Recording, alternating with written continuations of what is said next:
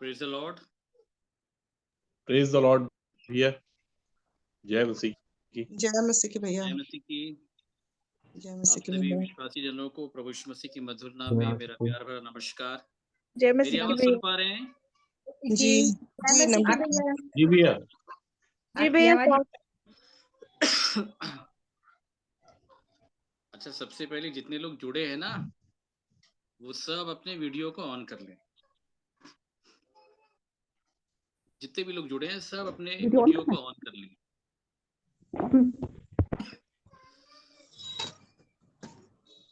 जय मसीह की भैया। जय मसीह की। जय मसीह। जय मसीह जय मसीह। जय मसीह।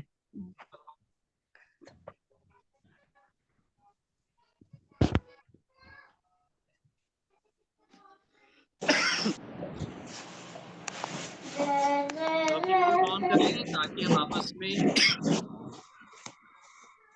एक दूसरे को देख सकें।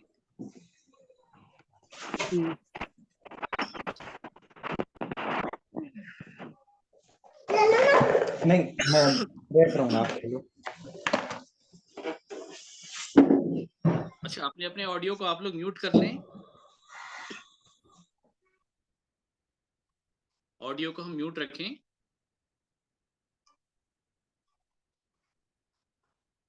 और कोई विषय जब आपसे पूछा जाएगा आप अवश्य उसका उत्तर जरूर दें।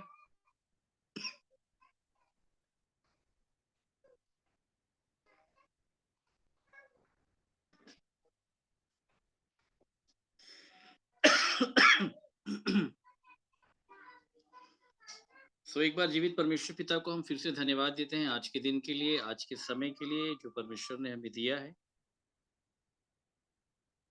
और लगातार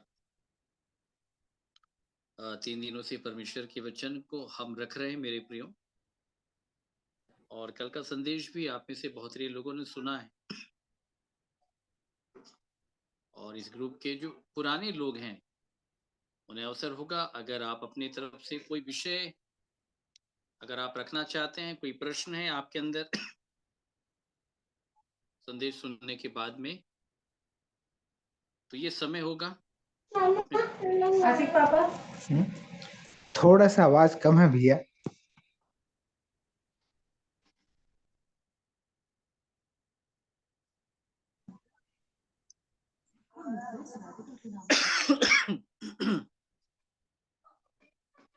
तो ये समय होगा, आप प्रश्न रख सकते हैं। ग्रुप के पुराने लोगों के पास ये अवसर होगा क्योंकि स्थानीय कलीसिया के लोग तो मिलते रहते हैं, उनके पास प्रश्न होते हैं और उत्तर भी उन्हें परमेश्वर के वचन के अनुसार दिया जाता है। परंतु इस ग्रुप में जो पुराने लोग हैं उनके पास ये समय होगा। अगर कोई प्रश्न है तो आप रखें, फिर उसके बाद ही हम आगे बढ़ पाएंगे।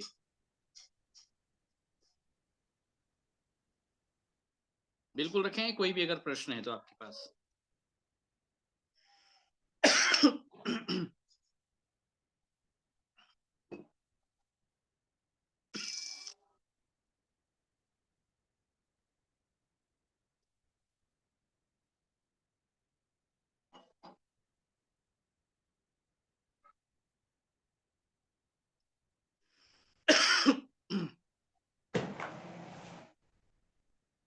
पंकज भाई, आप पूछ ले लोगों से, अगर किसी के पास कोई प्रश्न है तो आप रखें, उसके बाद ही हम आगे बढ़ पाएंगे। जी जी बिल्कुल। आप लोगों में से किसी का कोई प्रश्न हो जो हमारे आत्मिक जीवन में उन्नति के लिए रुकावट पैदा कर रहा है, अगर आप जानना चाहते हैं, जैसे हम वचन पढ़ते हैं तो वचन पढ़ने के बाद बहुत से प्रश्न हमारे जीवन में उठते हैं कि ये क्यों है, ये किस लिए है। इस तरह से अगर कोई बात बाइबल से रिलेटेड है, वचन से रिलेटेड है और हमारे आत्मिक जीवन में आगे बढ़ने से रिलेटेड है, तो उसके लिए आप लोग प्रश्न भैया से कर सकते हैं, भैया उसका उत्तर दे देंगे। सो परमेश्वर के आत्मा की अगुवाई में, परमेश्वर के वचन के द्वारा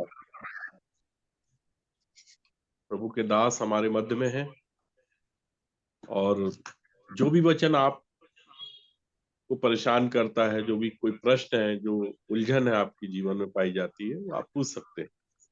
भाई एक चीज पूछना है मेरे को आपसे। जी। जी मेरी बोलिए। क्या ये बार बार इंटरनेट कट रहा है क्या, या मेरा क्या प्रॉब्लम आ रही है? अभी तक नहीं 3 बार हो चुका है मेरे साथ। नहीं, हमारा इंटरनेट तो सही है, आपका अपना देख लीजिए वहां से। हो सकता है। ठीक है, ओके, थैंक यू। यहाँ से सब ठीक है भैया। जी प्रश्न पूछ लीजिए अगर कोई प्रश्न है तो। मेरा एक प्रश्न था आप सभी को, जय मसीह की।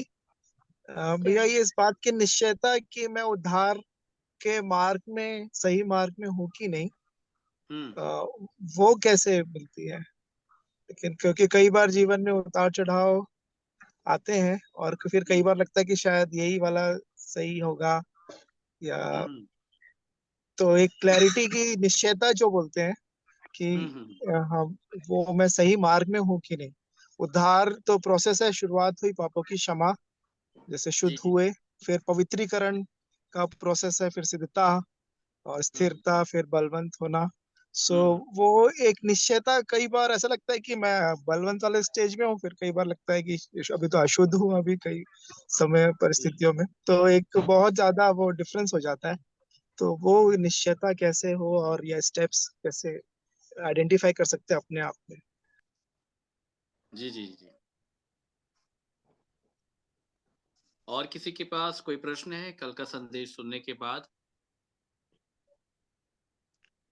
हाँ भाई, ये कि इतना हम लोग वचन को पढ़ते हैं लेकिन इतनी गहराई से क्यों नहीं समझ सकते हैं? जैसे जी आप लोगों को प्रभु प्रकाशन देता है और इतनी गहराई से आप लोग समझाते हैं, हम जी लोगों जी को जी इतना क्यों नहीं समझ में आता है? जी जी जी।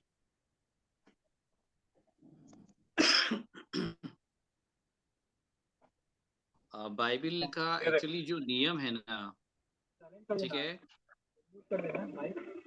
आम विश्वासियों को प्रकाशन का नियम नहीं है बाइबल में, ठीक है। क्योंकि अगर प्रकाशन परमेश्वर सभी को देता तो शायद हम आपस में जुड़ते नहीं। ठीक है सिस्टर, आप ऑडियो ऑफ हो गया। हाँ बोलिए। तो प्रकाशन जो परमेश्वर देता है, ठीक है, वो अपने पवित्र प्रेरितों को देता है। किसको देता है? प्रेरितों को। हाँ, इसको याद रखिएगा, है ना। आम विश्वासी जो है उनके लिए प्रकाशन नहीं है, इसको ध्यान के साथ समझिएगा। प्रकाशन उन तक पहुंचेगा जरूर, लेकिन माध्यम परमेश्वर ने ठहराया है, इस बात को समझ ले, ठीक है। और इसलिए हमारे साथ निकाले पहला कुरिन्थियों 12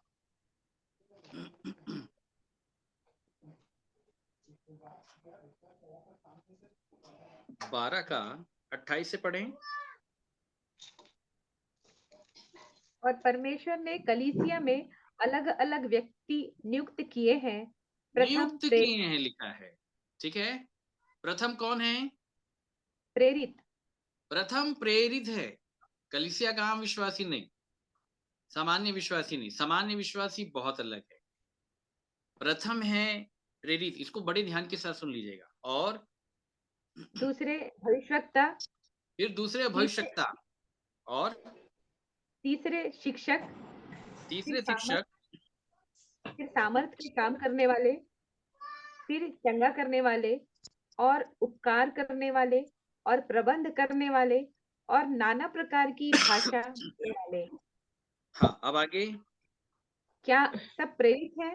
पौलुस क्या बोल सब दिया नहीं है, सब प्रेरित नहीं है। क्या सब प्रेरित हैं? सब भविष्यवक्ता हैं, सब उपदेशक है, सब सामर्थ के काम करने वाले हैं, चंगा करने वाले हैं, या अन्य और विषय नहीं है, पौलुस ने कह दिया,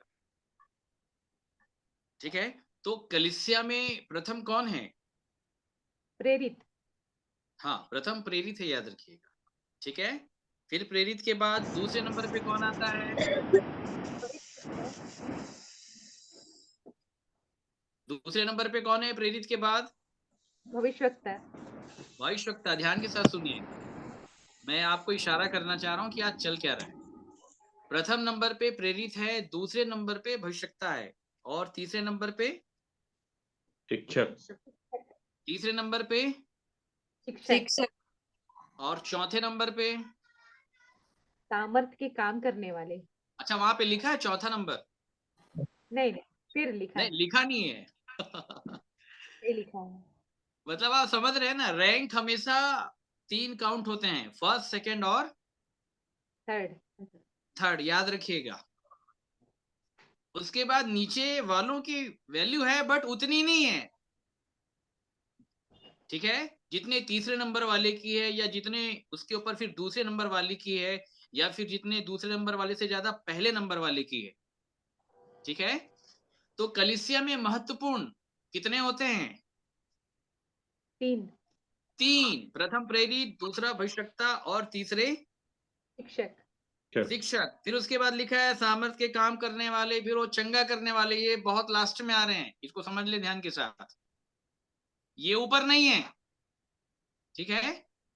ये नीचे हैं, सामर्थ के काम करने वाले, फिर उसके बाद चंगा करने वाले। समझ रहे हैं आप? लेकिन आज मनुष्य की दृष्टि में चंगाई पहले नंबर पे। गलत बोल रहे हैं?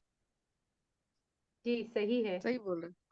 हाँ, लोग जहां भी चंगाइयां हैं, ध्यान के साथ सुन लीजिएगा, मैं कहीं नाम नहीं लूंगा, मैं किसी का विरोधी भी नहीं हूं, मैं आपको पहले बता रहा हूं, लेकिन मुझे इस तरह मालूम है कि बाइबल में क्या लिखा है, लोग क्या कर रहे हैं। आज लोगों के लिए चंगाई जो है वो प्रथम हो गया है, ठीक है? चंगाई क्या हो गया है? प्रथम हो प्रथम गई। हो गया है, इसको याद रखिएगा, ठीक है? अच्छा, अब ये सारे जितने भी लोग नियुक्त किए जाते हैं, ये कलीसिया में नियुक्त किए जाते हैं। कहाँ नियुक्त किए जाते हैं? कलीसिया में। ये कलीसिया में नियुक्त किए जाते हैं। प्रथम प्रेरित हैं, दूसरे भविष्यवक्ता हैं, तीसरे शिक्षक हैं, ठीक है? सो ये 3 जो पद हैं ये बड़े महत्वपूर्ण हैं, इसको याद रखिएगा। ये कलीसिया में सबसे ऊपर है, इसलिए प्रभु यीशु मसीह ने आम विश्वासी नहीं चुना। जब 12 लोगों को बुलाया तो प्रभु यीशु मसीह ने क्या कहा उनको? बोलिए, क्या कहा? प्रेरित कहा, ठीक है? अच्छा, प्रेरित क्यों कहा प्रभु यीशु मसीह ने? आम विश्वासी क्यों नहीं चुना? आम विश्वासी क्यों नहीं चुना प्रभु यीशु मसीह? क्योंकि कलीसिया प्रेरित के ऊपर बनेगी। बोलिए, किसके ऊपर बनेगी? प्रेरित के ऊपर। ये बात प्रभु यीशु मसीह ने 12 प्रेरितों के जो लीडर हुए, पतरस, जिनको प्रभु यीशु मसीह ऐसे लीडर देखते थे, मत्ती 16 में प्रभु यीशु मसीह ने पतरस से ये बात कही थी, ठीक है? कि तू पतरस है और मैं इस पत्थर के ऊपर अपनी कलीसिया बनाऊंगा। अपनी कलीसिया बनाऊंगा। मतलब कलीसिया अगर बनेगी तो प्रेरित के ऊपर बनेगी। किसके ऊपर बनेगी? प्रेरित के ऊपर। प्रेरित के ऊपर बनेगी, इसको याद रखिएगा, ठीक है? प्रकाशन अगर मिलेगा तो प्रेरित को मिलेगा। बोलिए, किसको मिलेगा? प्रेरित को मिलेगा। हाँ, प्रेरित को। जैसे हमारे साथ एक वचन निकालिएगा, पतरस की पत्री, पहला पतरस, पहला अध्याय, 10वें पद से पढ़ें। इसी उद्धार के विषय में उन भविष्यवक्ताओं ने बहुत खोजबीन और जांच पड़ताल की, जिन्होंने उस अनुग्रह के विषय में जो तुम पर होने को था भविष्यवाणी की थी। ध्यान के साथ सुनिएगा, ये जो पुराने नियम के भविष्यवक्ता ये जब भविष्यवाणी कर रहे थे, ठीक है, तो इनको बताया गया था कि एक अनुग्रह वो आने वाले जनरेशन के ऊपर होने वाला है। तो ये अनुग्रह की जांच पड़ताल कर रहे थे कि ये अनुग्रह कैसे होगा। भाई, ये बात जरूर अनुग्रह की कर रहे थे, लेकिन इनको उसके बारे में उसकी गंभीरता नहीं मालूम थी, का प्रकाशन उनके पास नहीं था। ध्यान के साथ सुनिएगा, ठीक है? अब उन्होंने क्या कहा आगे? उन्होंने इस बात की खोज की कि मसीह का आत्मा जो उनमें था और हाँ पहले ही से मसीह के दुखों की और उसके बाद होने वाली महिमा की गवाही देता था, वह कौन से और कैसे समय की ओर संकेत करता था। और आगे उन पर यह प्रकट किया गया कि वे हाँ अपनी नहीं वरन तुम्हारी सेवा के लिए ये बातें कहा करते थे, जिनका समाचार अब तुम्हें उनके द्वारा मिला, जिन्होंने पवित्र आत्मा के द्वारा जो स्वर्ग से भेजा गया तुम्हें सुसमाचार सुनाया। और किसने इन बातों को सुसमाचार सुनाया? प्रेरितों ने। किसने? प्रेरितों ने प्रेरितों ने। प्रेरितों ने जो सुसमाचार तुमको सुनाया, उसके द्वारा तुमको मिला। और आगे सुनिएगा ध्यान से। और इन आप बातों इसकी को बात कर रहे हैं, मैं आपको बताना चाहूंगा स्वर्गदूत को भी नहीं मालूम है इसके बारे में, जो ऊपर हैं। देखिए नीचे लिखा है, पढ़ें उसको। इन बातों को स्वर्गदूत भी ध्यान से देखने की लालसा रखते हैं। कि ये पौलुस क्या बताने वाला है आज, थोड़ा वचन सुन ले भाई। फूट जब जाएगा। स्वर्गदूतों को नहीं मालूम तो विश्वासी लोगों को कहां से मालूम होगा? आप समझ रहे हैं? ठीक है, अब एक वचन और निकाले, इफिसियों 3 का 5 से पढ़ें। जो अन्य समयों में मनुष्यों की संतान को ऐसा नहीं बताया गया था। अन्य समय में मनुष्य की संतान को ऐसा नहीं बताया गया। क्या बोल रहा है पौलुस? ध्यान के साथ सुनिएगा। अन्य समय में मनुष्यों की संतान को ऐसा नहीं बताया गया। आगे, जैसा कि आत्मा के द्वारा उसके पवित्र प्रेरितों और भविष्यद्वक्ताओं पर प्रकट किया गया है। आत्मा के द्वारा जैसे उसके पवित्र प्रेरितों और भविष्यद्वक्ताओं पर प्रकट किया गया है। प्रकट किया गया। वो बोला अन्य समय के भविष्यद्वक्ताओं को, अन्य समय में मनुष्यों की संतानों को ऐसा नहीं बताया गया था। ऐसा नहीं बताया ही नहीं गया है। पौलुस ये बात साफ बता दे रहा है कि बताया नहीं गया है, बोल रहा है। अच्छा, क्या बताया गया इनको? सुसमाचार। क्या बताया गया? 4 पढ़ें।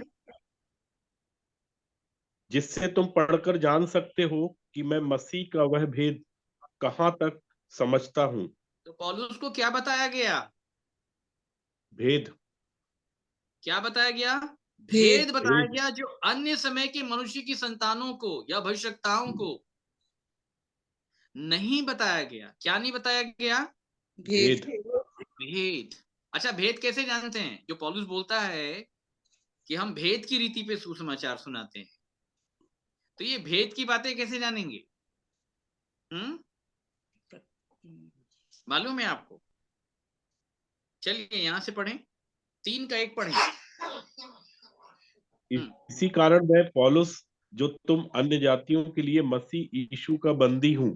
हाँ, यदि तुमने परमेश्वर के उस अनुग्रह के प्रबंध का सुसमाचार सुना हो जो तुम्हारे लिए मुझे दिया गया। तुम्हारे लिए मुझे दिया गया, डायरेक्टली कुछ नहीं है, इसको समझना है। तुम्हारे लिए मुझे दिया गया।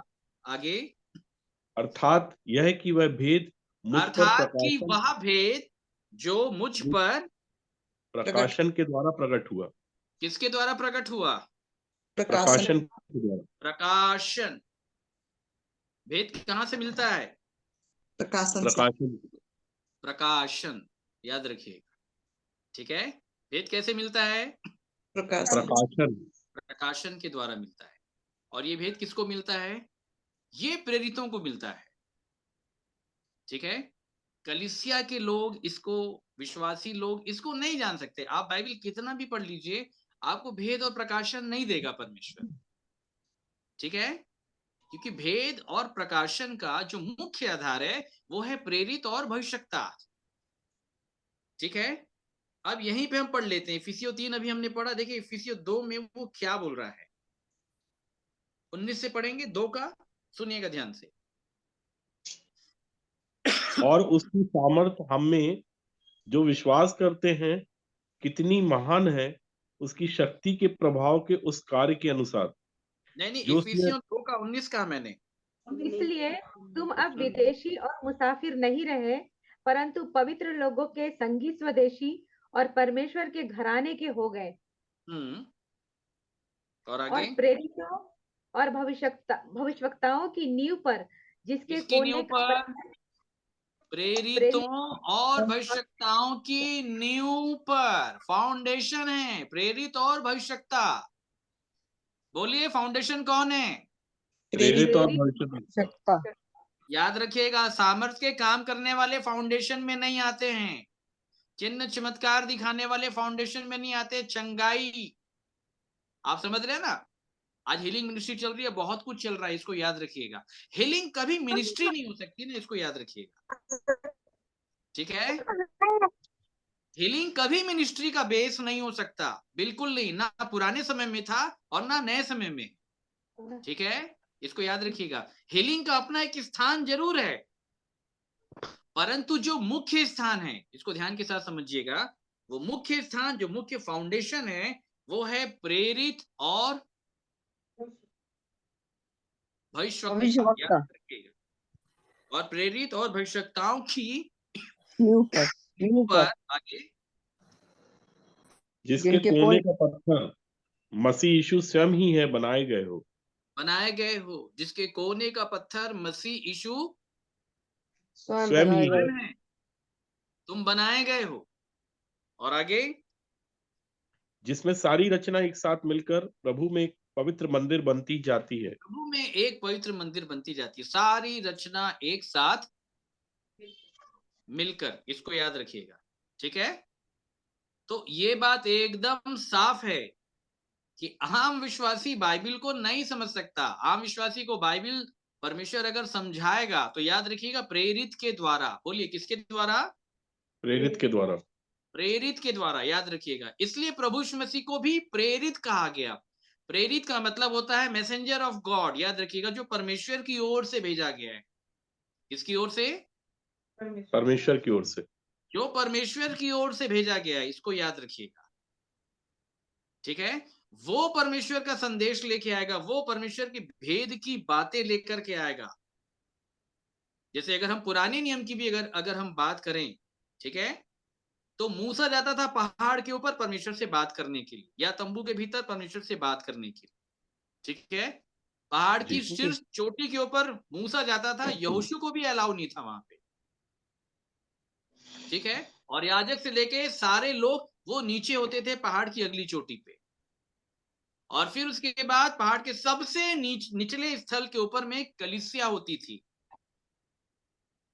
तो मूसा ऊपर से परमेश्वर की ओर से संदेश लेकर के आता था कलीसिया के लिए, और कलीसिया को बताता था कि परमेश्वर ने मुझे तुम्हारे लिए क्या संदेश दिया है, तुम्हें क्या करना है, कहाँ जाना है, क्या नियम है, क्या कानून है, यहोवा क्या चाहता है, वो प्रेरित बताता है। इसको याद रखिए,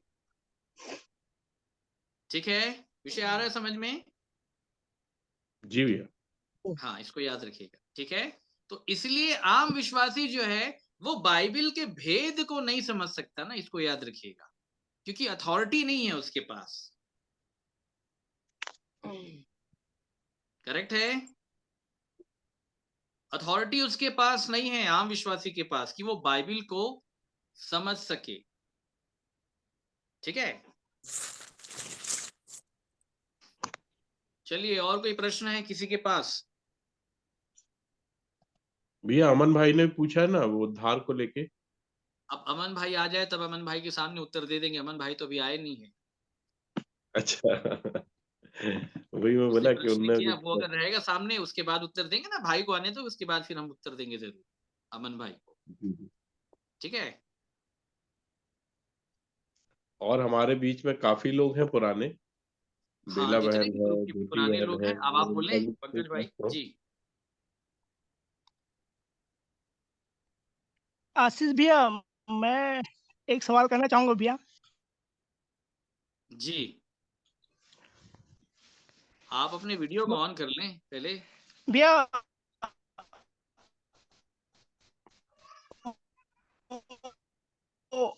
आपकी लोग कल आवाज सो नहीं आ रहे रही थे भाई। याकूब। जी भैया। हाँ बोले भाई, क्या नाम है आपका? पहले परिचय दे दें। सबित राज बंजारे। क्या नाम बताया भाई साहब?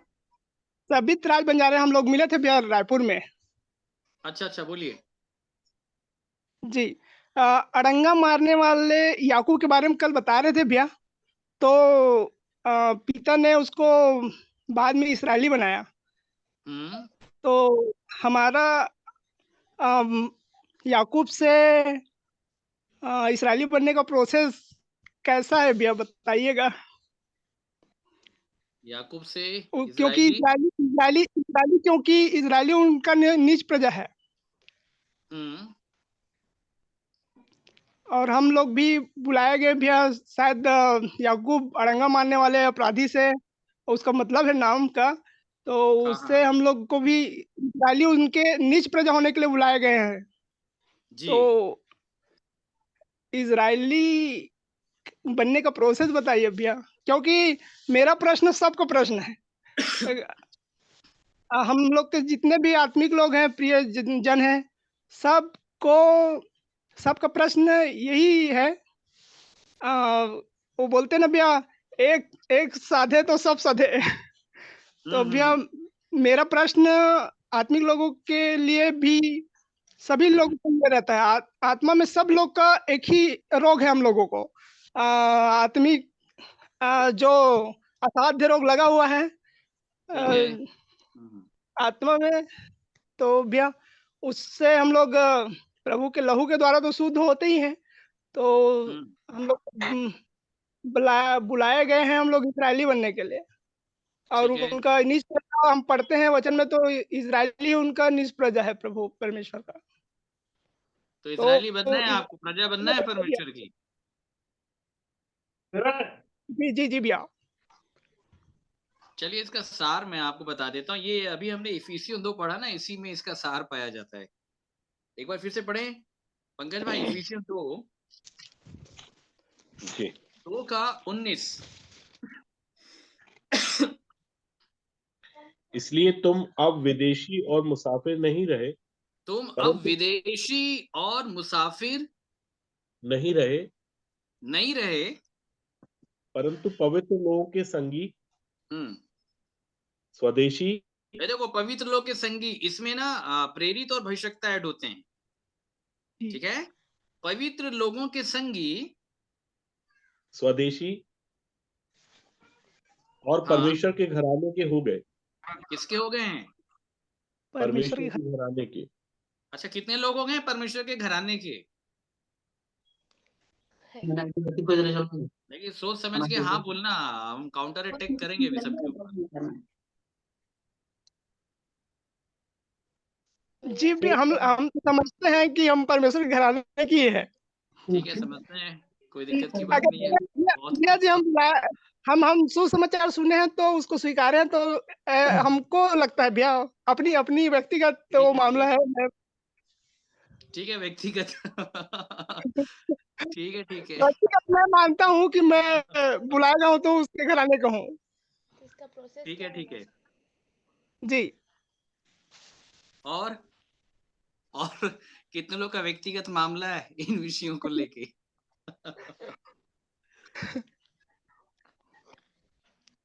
ये बहुत बड़ा विषय है। देखिए मैंने ये कहा ना कि बाइबल बंद करके कुछ भी कहा जा सकता है। ठीक है, बहुत कुछ कहा जा सकता है। और मैं अभी आपको बता देता हूं, ठीक है, कि ये जो विषय लिखा है, कौन है परमेश्वर के घराने का, कौन है मालूम है? घराने का। अच्छा, ये किनको बोल रहा है कि तुम अब विदेशी और मुसाफिर अब है, अब मतलब उसके पहले थे। ठीक है, परंतु पवित्र लोगों के संगी, स्वदेशी और परमेश्वर के घराने के हो गए हो।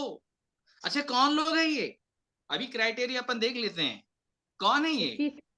इफिसियों के लोग। हाँ, तो कैसे लोग हैं? क्राइटेरिया चलिए मैं आपको बता देता हूं, ये कैसे लोग हैं, निकालिए। इफिसियों 2 उसका 1 पढ़े। उसने तुम्हें भी उसने तुम्हें भी जिलाया जो अपने अपराधों और पापों के कारण मरे हुए थे। अब बताइए कैसे लोग हैं ये? पाप अपराध जिला दिए गए लोग हैं। ये जिलाए हुए लोग हैं भाई साहब।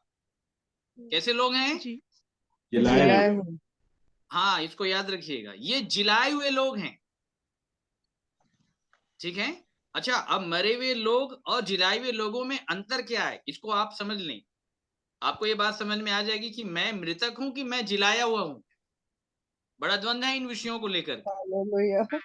ठीक है, कि एक जी विश्वासी जिलाया हुआ है कि मृतक है। ध्यान के साथ सुनिए। पौलुस इफिसियों के लोगों को ये बोल रहा है, इफिसियों के लोग नहीं बोल रहे हैं, लेकिन पौलुस ये बोल रहा है कि उसने तुम्हें भी जिला दिया। मतलब दूसरा प्रेरित जो जिलाया हुआ है उसको भी ये समझ में आ रहा है कि इनको जिला दिया गया है।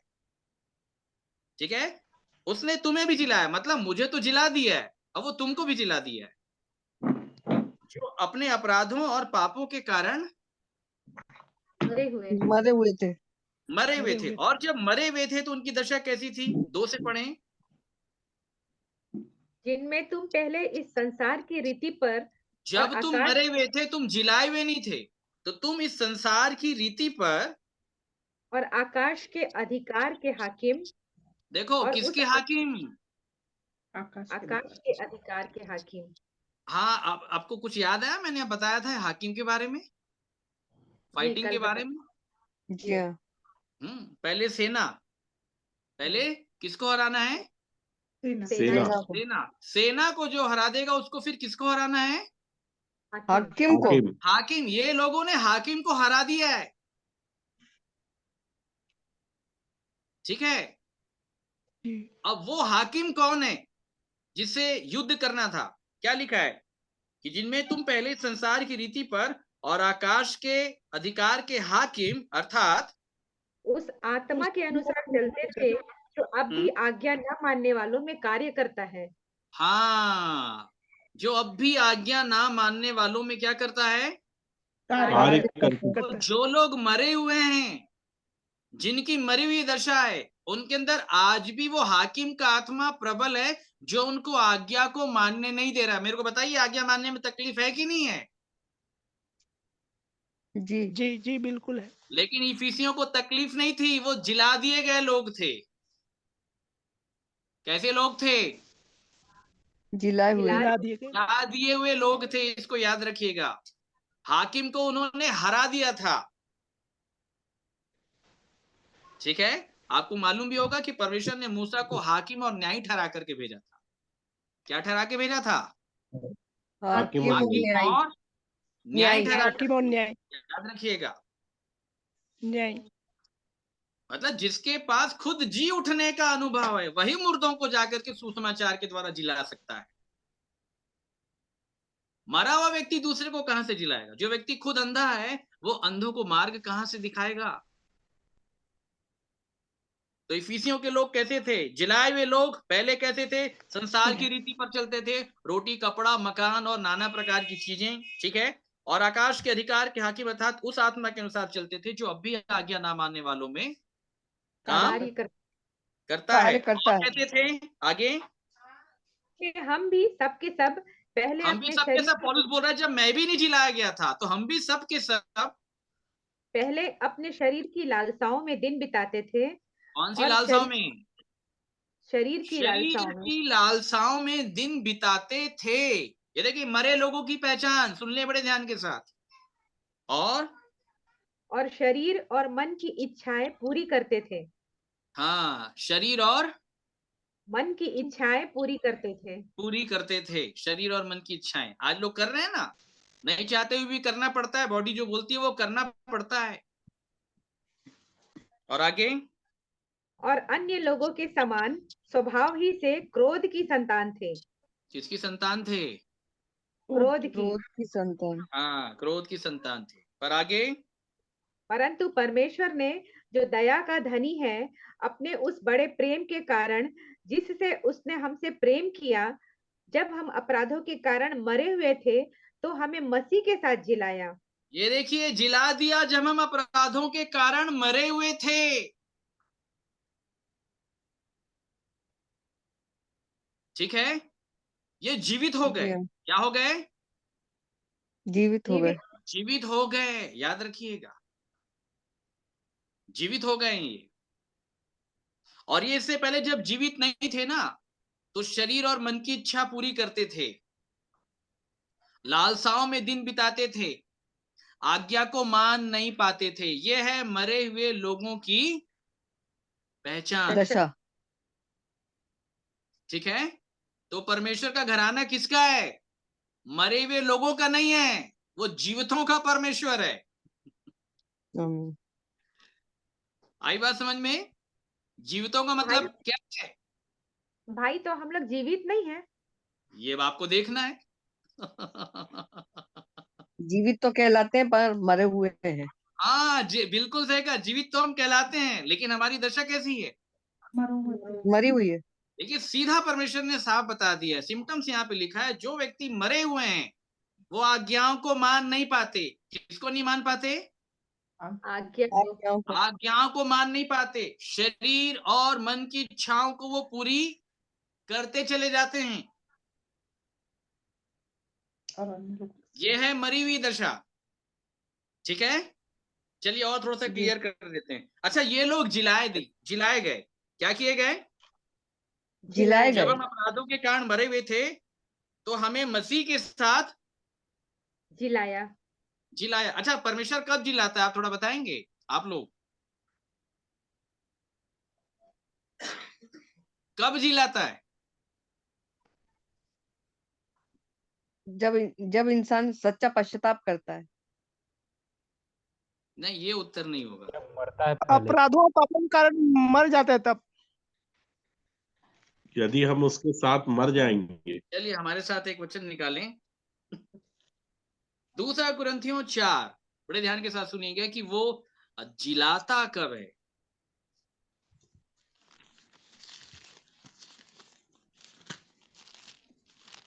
4 का 14 से पढ़ें। क्योंकि हम जानते हैं कि जिसने प्रभु यीशु को जिलाया वही हमें भी यीशु में भागी जानकर जिलाएगा। कैसे और जिलाएगा? तुम्हारे साथ यीशु में भागी जानकर जिलाएगा। कब जिलाएगा? यीशु में भागी जानकर। कितने लोग बैठे हैं जो यीशु में भागी हैं? सब बैठे हैं। हम्म, सभी बैठे हैं। तब तो फिर सब जिलाए हुए लोग हैं फिर। हम तो मरे हुए में से जी उठने के लोगों का दर्शन कर रहे हैं, फिर हम तो बड़े धन्य हो गए फिर। कौन है यीशु में भागी? क्या परिभाषा है यीशु में भागी होने की? अरे ये पौलुस कह रहा है, और जब वो लेटर लिख रहा है ना, तो वो जिलाया हुआ नहीं है, समझ ले ध्यान से जी। वो जिलाया हुआ नहीं है, वो ये साफ कह रहा है, हम जानते हैं कि जिसने प्रभु यीशु को जिलाया वही हमें भी यीशु में भागी जानकर जिलाएगा। जिलाया नहीं है। अभी जिलाया जी। नहीं है उसको। जी। ये देखिए, जो बाइबिल का राइटर है, लेटर तो लिख रहा है, लेकिन जिलाया नहीं गया है। आप समझ सकते हैं, मतलब जिलाया जाना कितना बड़ा भेद है।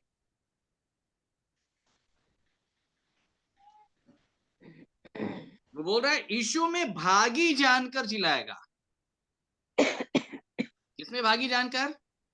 यीशु में भागी जानकर। अच्छा, यीशु में भागी कैसे होते हैं बताइए?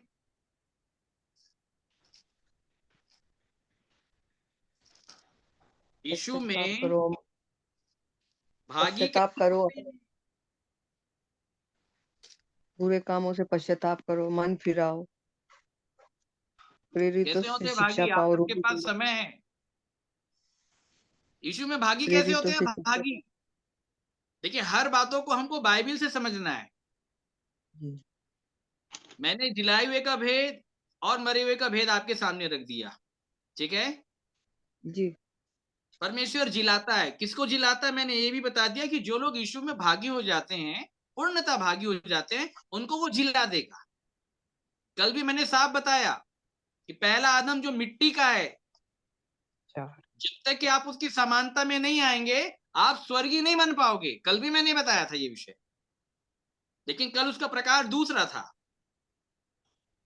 ठीक जबकि है, लड़के मांस और लोहू के भागी हैं, हाँ, तो वो आप ही हमारी देह का उद्धारकर्ता बन गया।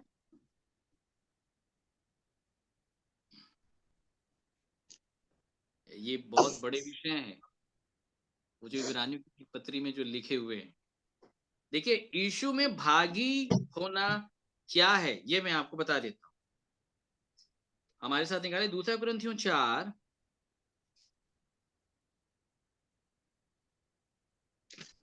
4 का 10 से पढ़ें। हम हम यीशु की ईश्वर मृत्यु को अपनी देह में हर समय लिए फिरते हैं कि यीशु का जीवन भी हमारी देह में प्रकट हो। ये होता है भागी होना। यीशु में भागी होने का मतलब क्या है? उसका भाग बन जाना, मृत्यु को अपनी देह उसका यीशु हिस्सा की बन मृत्यु जाना। को बॉडी में प्रकट करना। क्या कहा था प्रभु यीशु मसीह ने जब उसने प्रभु भोज दिया? तो क्या कहा था कि जब तक मैं ना आऊं क्या काम करना? मेरी मृत्यु को इसका प्रचार करना। प्रचार करते रहे। आप लोग को बताइए, प्रचार क्या करना। कहा था प्रभु यीशु मसीह ने? मृत्यु को प्रचार करना। किसको प्रचार करना? मृत्यु मृत्यु को। को। मृत्यु को प्रचार करना। ठीक है, मृत्यु को प्रचार करने के लिए उसने कहा था। तो यीशु में भागी वही लोग हैं जिनके पास, जिनके बॉडी के ऊपर यीशु की मृत्यु होगी। कितने लोग बैठे हैं जिनके पास उनके बॉडी के ऊपर यीशु की मृत्यु है?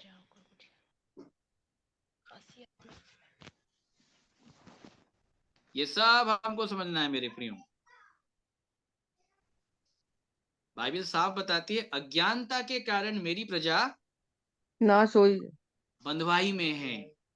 इसलिए प्रभु यीशु मसीह ने कहा कि तुम सत्य को जानोगे जानोगे और सत्य तुम्हें तो स्वतंत्र स्वतंत्र करेगा। करेगा। किससे स्वतंत्र करेगा? बंधुआई से। क्या कहा प्रभु यीशु मसीह ने? कैसी बंधुआई है?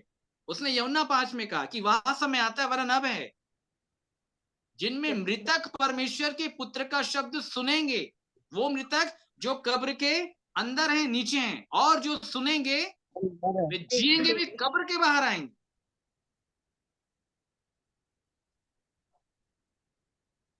जो मुझ पे विश्वास करेगा वो मृत्यु से पार होके जीवन में प्रवेश करेगा। तो मृत्यु से कैसे पार होंगे? हमारे देश के ऋषि मुनि भी यही प्रार्थना कर रहे थे, मृत्योर्मा अमृतम गमय। कैसे पार होंगे मृत्यु से? भाई, हम लोग जो प्रार्थना में ये सारे वचन को बोलते रहते हैं, जितना हम लोग याद करते हैं, तो ये क्या वचन हम लोगों के अंदर में काम नहीं कर रहा है? अच्छा चलिए, मैं आपको एकदम सिंपल वे में समझाता हूं। आज से आप अपने आप को 4 लाइन में ये बोलते रहना कि आप जिस भी जिले में हैं, मैं वहां का कलेक्टर हूं। आमीन। देखो, आमीन भी बोला हमने।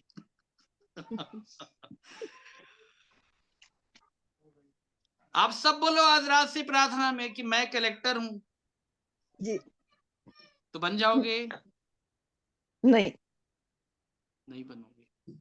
नहीं बनेंगे भाई, नहीं बनेंगे। नहीं बनेंगे। इसी को समझना है हमको। ठीक है, इसी जी। को हमको समझना है कि हम बोल क्या रहे हैं।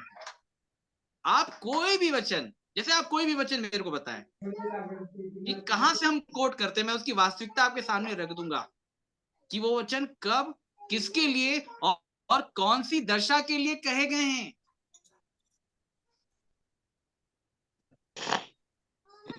ठीक है, चलिए, कितने जी। लोग ये मानते हैं कि हम परमेश्वर की संतान हैं? वहां से चालू करते हैं। चलिए, सब मानते हैं?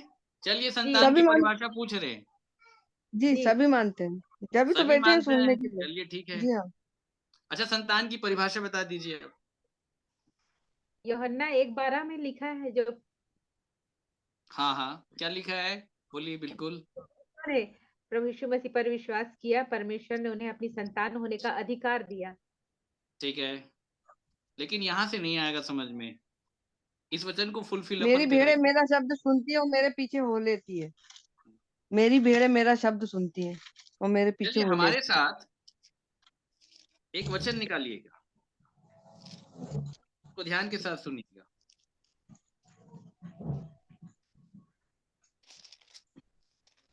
सुसमाचार की पत्री में संतान की परिभाषा वहां पे बताई गई है। ठीक है, निकाले जी। मेरे साथ लूका रचित सुसमाचार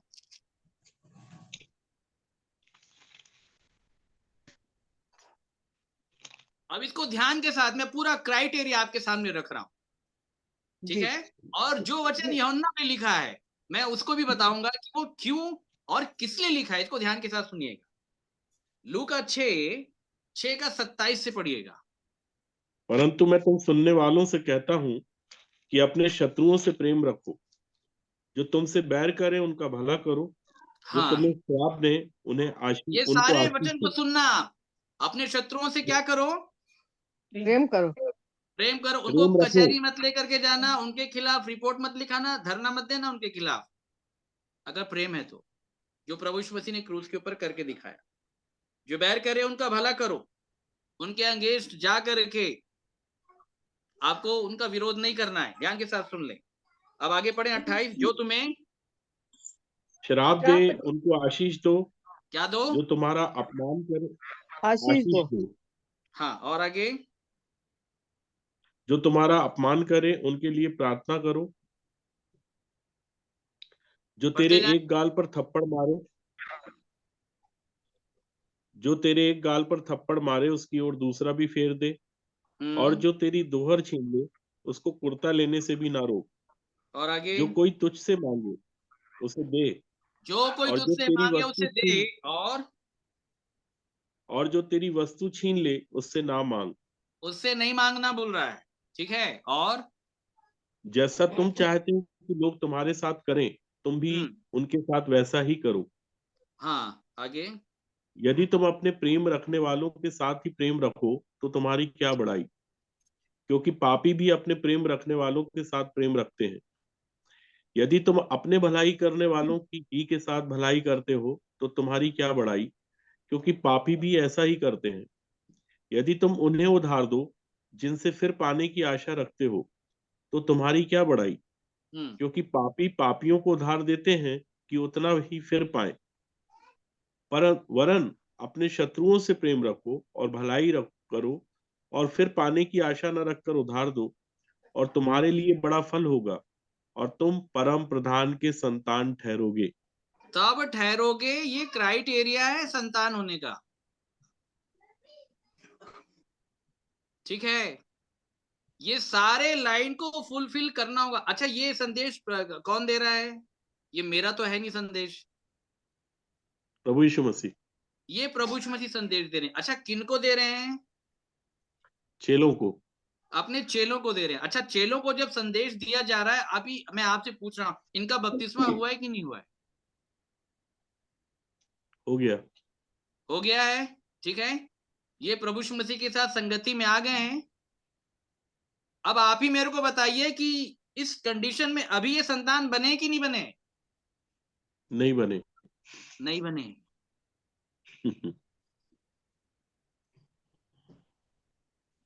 बता रही समझ में? इसलिए बाइबल ये साफ बोलती है, एक अंक की मात्रा को भी नहीं हटाना, ठीक है। अच्छा, अब वो जो यूहन्ना में लिखा है, जो सिस्टर ने वचन बताया, बिल्कुल सही कि जो हम विश्वास करते हैं, एक बार सिस्टर पढ़ दें उसको। परंतु जितनों ने उसे ग्रहण किया उसने उन्हें परमेश्वर की संतान होने का अधिकार दिया, अर्थात उन्हें जो उसके नाम पर विश्वास रखते हैं। जो उनके नाम पर विश्वास रखते हैं। विश्वास रखते हैं। अब खाली एक लाइन इसको सुनो ना तो लगता बस हमने तो रख लिया, हो गया। पहले मैं भी ऐसी सोचता था बहुत पहले, लेकिन अब चलते हैं अपन याकूब, ठीक है, इसके जोड़े वाले वचन पे। याकूब 2 का 20 पढ़ें। पर हे निकम्मे मनुष्य, क्या तू यह भी नहीं जानता कि कर्म बिना विश्वास व्यर्थ है? खाली विश्वास करने से नहीं होगा, उसके साथ वो जो पहाड़ी उपदेश है उसको ऐड करके करना पड़ेगा। ये थ्योरी है विश्वास की। जैसे देह आत्मा बिना मरी हुई है, विश्वास भी कर्म के बिना मरा हुआ है। उसको मरा हुआ विश्वास कहते हैं। और मरे हुए विश्वास में संतान होने का दर्जा नहीं मिलेगा। जीवित विश्वास चाहिए। क्या विश्वास चाहिए? जीवित। जीवित बस जीवित विश्वास चाहिए, इसको याद रखिएगा। ठीक है, तो ऐसे ही मतलब परमेश्वर ने अगर कुछ भी कहा है तो वहां पे सब कुछ लिखा हुआ है कि अगर संतान है तो संतान कौन है। ठीक है, अच्छा आप मेरे साथ निकालें रोमियो, रोमियो की पत्री 8वां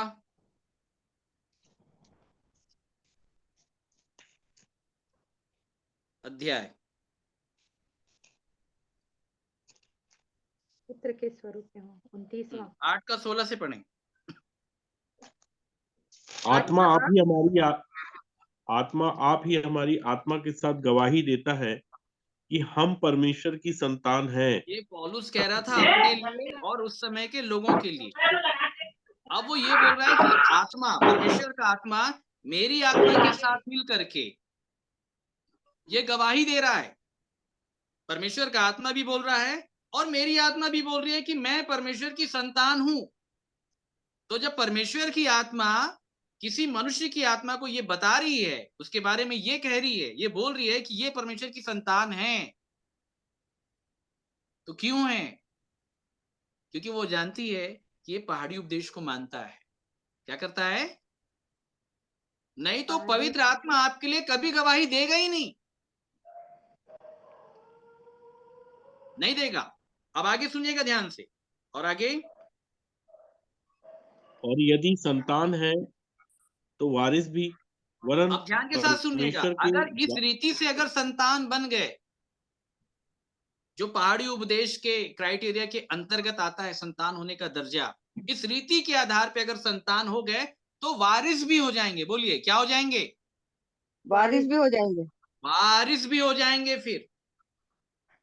और अगर संतान नहीं बने हैं तो कोई व्यक्ति वारिस नहीं बन पाएगा, वारिस नहीं बन पाएगा, इसको याद रखिएगा। ठीक है, इसलिए बाइबल में हर प्रकार का नियम कानून लिखा है। परमेश्वर ये चाहता है कि सब लोग उस नियम कानून को जाने समझें। शॉर्टकट में कुछ नहीं होगा। इसलिए प्रभु यीशु मसीह ने कहा कि द्वार से भीतर प्रवेश करोगे तो उद्धार मिलेगा, जो कोई दूसरी ओर से चढ़ा चला आता है वो अंदर नहीं आ पाएगा, बिल्कुल नहीं। ठीक है, तो अगर बाइबल में विश्वास लिखा है तो कैसा विश्वास है वो भी बताया गया है, इसको याद रखिएगा।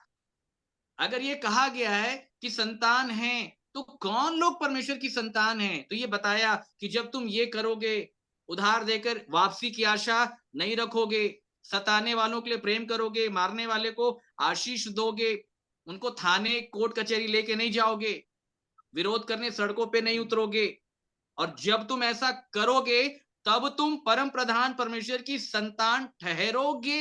ये लिखा है, ठहरोगे। उसने ये नहीं कहा कि तुम संतान हो। उनका बपतिस्मा हो गया था, सब हो गया था। ये बहुत सारे लोग बोल देते होंगे, हम तो नहीं बोलते हैं किसी, हम नहीं बोलते हैं, हमारे यहाँ नहीं बोला जाता है, बिल्कुल नहीं बोला जाता है। बहुत सारे लोग संगति में जुड़े हैं, आप पूछ सकते हैं, क्योंकि क्राइटेरिया अलग है और वो सबको मालूम भी है कि हम इस क्राइटेरिया में हैं कि नहीं, याद रखिएगा। अरे संसार में भी जब गवर्नमेंट की ओर से जब कोई योजना आती है तो उसमें एक क्राइटेरिया होता है कि किसको मिलेगा किसको नहीं मिलेगा। तो उसमें अगर 5 पॉइंट लिखे हुए हैं, 4 पॉइंट आपके लिए हैं, आप उसमें फुलफिल हो रहे हैं, एक में अगर कट रहे हैं तो भी आपको नहीं मिलेगा। और बाइबल में यही लिखा है कि यदि तूने इस आज्ञा का पालन किया, इसका पालन किया, परंतु इसका पालन नहीं किया, तो तू सब बातों में क्या ठहरेगा? दोषी। ये मैं नहीं कह रहा हूं, ये परमेश्वर का वचन कह रहा है, इसको याद रखिएगा। ठीक है, तो अभी तो खैर समय नहीं है कि मैं आपको विश्वास समझाऊं, क्योंकि विश्वास की परिभाषा बाइबल में बहुत बड़ी है, बहुत बड़ी है। वो लिखा है ना कि अब्राहम ने परमेश्वर पर विश्वास किया, विश्वास किया। ये किया का मतलब समझते हैं आप? किया का मतलब तो उसकी धार्मिकता ठहरी गई। नहीं, किया का वन मतलब टाइम, एक बार किया, कभी नहीं। चलिए हमारे साथ निकालें इब्रानियों 4 का 3। परंतु हम जिन्होंने विश्वास किया है उस विश्राम में प्रवेश करते हैं। अब केवल जैसा इतना उस- पढ़ेंगे ना तो लगता है कि हाँ प्रभु ये तो लिखा है विश्वास किया, हम तो करते हैं भाई, हम तो करते हैं विश्वास, तो हम विश्राम में प्रवेश बिल्कुल कर रहे हैं। ये वन साइडेड लगता है। अब इसका दूसरे पहलू पे मैं आपको लेके चलता हूं, ठीक है। ये विश्वास किया वाले लोग कौन है ये मैं आपको बता देता हूं। मेरे साथ निकालें तीतुस की पत्री 3 अध्याय उसका 8वां पद। यह बात सच है और मैं चाहता हूं कि तू इन बातों के विषय में दृढ़ता से बोले, इसलिए कि जिन्होंने परमेश्वर पर विश्वास किया है वे किया है, भले भले कामों में लगे रहने का ध्यान रखें। ध्यान रखें भले भले कामों में लगे रहने का। अगर आप भले भले कामों में लगे रहने का ध्यान नहीं है तो आपका विश्वास किया कोई काम का नहीं है। ये बातें भली और मनुष्यों के लाभ की हैं। ठीक है, फिर वो कोई लाभ नहीं होगा। फिर मैंने वही बता दिया ना कि विश्वास कर्म सहित नहीं है तो अपने आप में क्या है, मरा मरा हुआ। हुआ। मरा हुआ है। जिन्होंने विश्वास किया है वे भले भले कामों में लगे रहने का ध्यान रखें। ये किया वाले लोग हैं, याद रखिएगा। किया शब्द अपने आप में बाइबल में बहुत बड़ा है ना। 2 कुरिन्थियों 4 में पौलुस बोलता है, हमें वही विश्वास की आत्मा है जिसके विषय में ये लिखा है कि मैंने विश्वास किया इसलिए मैं बोला। इसका मतलब समझते हैं, केवल इसे एक लाइन का अर्थ कि मैंने विश्वास किया इसलिए मैं बोला। चलिए मैं इसकी गंभीरता थोड़ा सा मैं आपके सामने रखता हूं। निकालना 2 कुरिन्थियों 4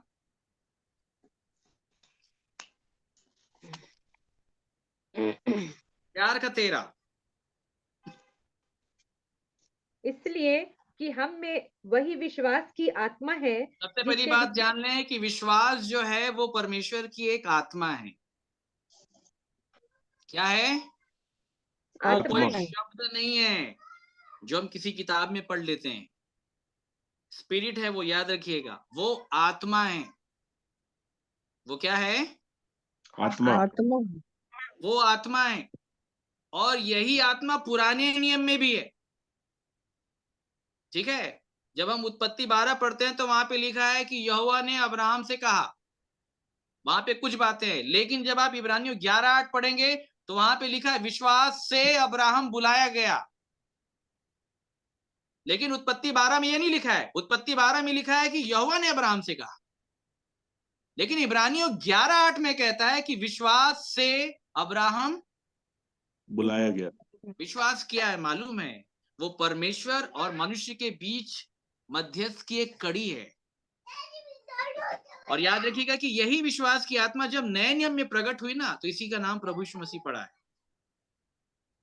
ठीक है, यही विश्वास की आत्मा जब देह लेकर के आई ना, देहधारी हो गई, तब उसने कहा, हे सब परिश्रम करने वालों, बोझ से दबे लोगों, मेरे पास आओ। परमेश्वर कभी भी किसी से डायरेक्ट बात नहीं करता, ये मैं आपको बता देता हूं।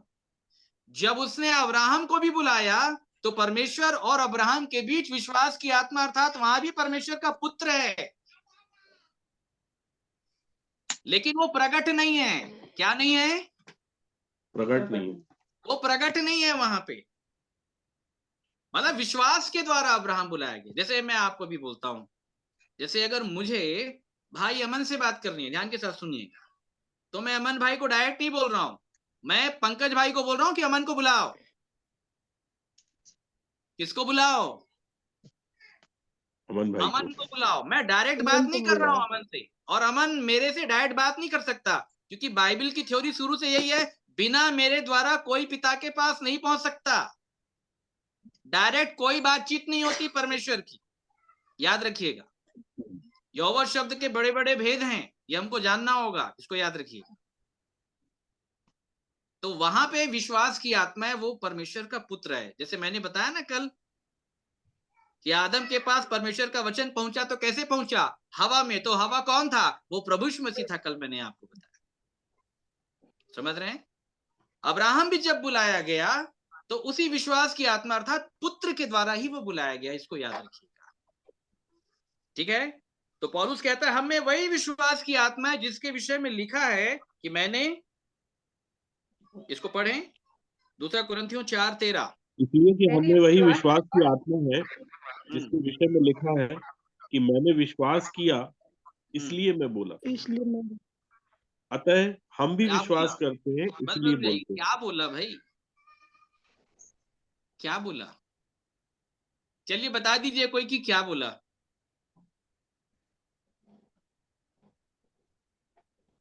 चलिए मैं आपको ना ये होमवर्क दे रहा हूं, इसको ध्यान के साथ सुनिए। अच्छा, प्रभु यीशु मसीह ने लाजर को जिलाया था ना? लाजर को जिलाया था कि नहीं जिलाया था? जी हाँ। जी जिलाया हाँ, था। घटना सब लोग लाइन से बताएं, क्या क्या हुआ था जब लाजर को जिलाया? जब जब उनको लाजर को खबर मिली तो 2 दिन और रुक गए वो जिस स्थान ठीक में है, थे।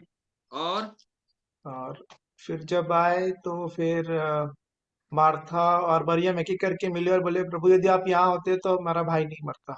चलिए ठीक ठीक ठीक, बिल्कुल सही बोल रहे हैं। मैं मूल विषय जहाँ पे लेके जाना चाह रहा हूँ, जल्दी निकाले यूहन्ना 11, फिर मैं आपको बताना चाहता हूँ।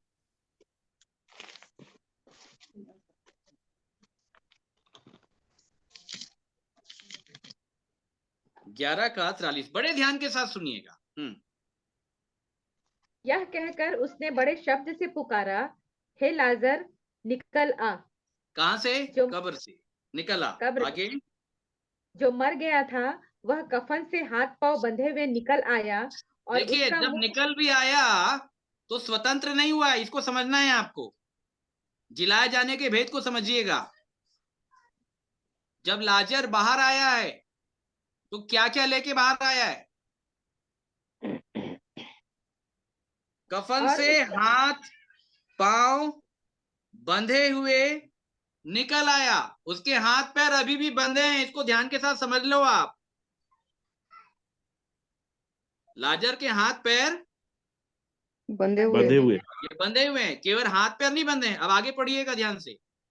और मुंह उसका भी मुंह अंगूठे से अंगूठे लगता से है। लिपटा हुआ था। मुंह भी बंद है, बेचारा बोल कुछ नहीं सकता।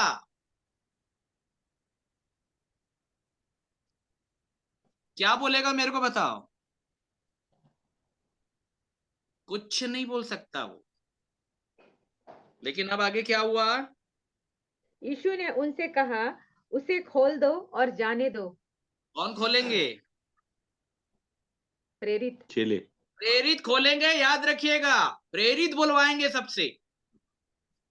यीशु जिलाता है, लेकिन याद रखिएगा लाजर का मुंह और उसके कफन प्रेरित ही खोलेंगे, याद रखिएगा। और जब कफन खुलेगा ना, तब वो बोलेगा मैंने विश्वास किया इसलिए मैं बोला। बोला। मतलब जिलाए जाने की दशा है, स्वतंत्रता की दशा है।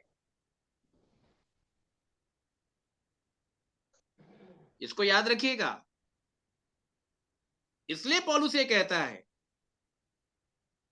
कि जिसने यीशु को जिलाया वह मुझे भी यीशु में भागी जानकर जिलाएगा जिलाएगा। जिलाएगा मतलब अभी कहाँ है पौलुस? कहाँ है बता जिलाएगा। सकते हैं? जब ये लेटर लिख रहा है तो वो कहाँ है? मैंने बता दिया, अब आप ही लोग बताइए वो कहाँ है? कब्र में। कब्र के अंदर। बोलिए, कहाँ के अंदर है? कब्र के अंदर।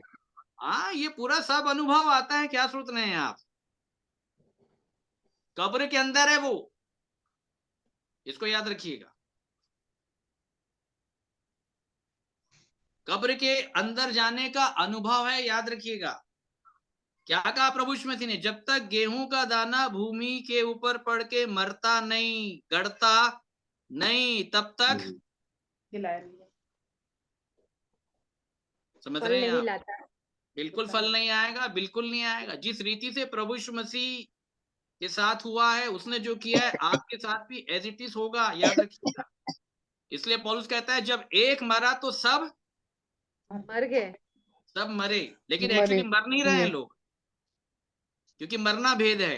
बोलिए, मरना क्या है? भेद भेद है। है। मरना भेद है, इसको याद रखिएगा। मरना भेद है। लोग मर नहीं पा रहे हैं, लोगों को मरने के स्थान के बारे में जानकारी नहीं मिल पा रही है। समझ रहे हैं? पौलुस एक बहुत सुंदर विषय बोलता है ना। आज मैं आप लोगों से प्रश्न करता हूं ना, ये मेरे को आप बताइएगा। मेरे साथ एक वचन निकालिएगा, फिलिपियों की पत्री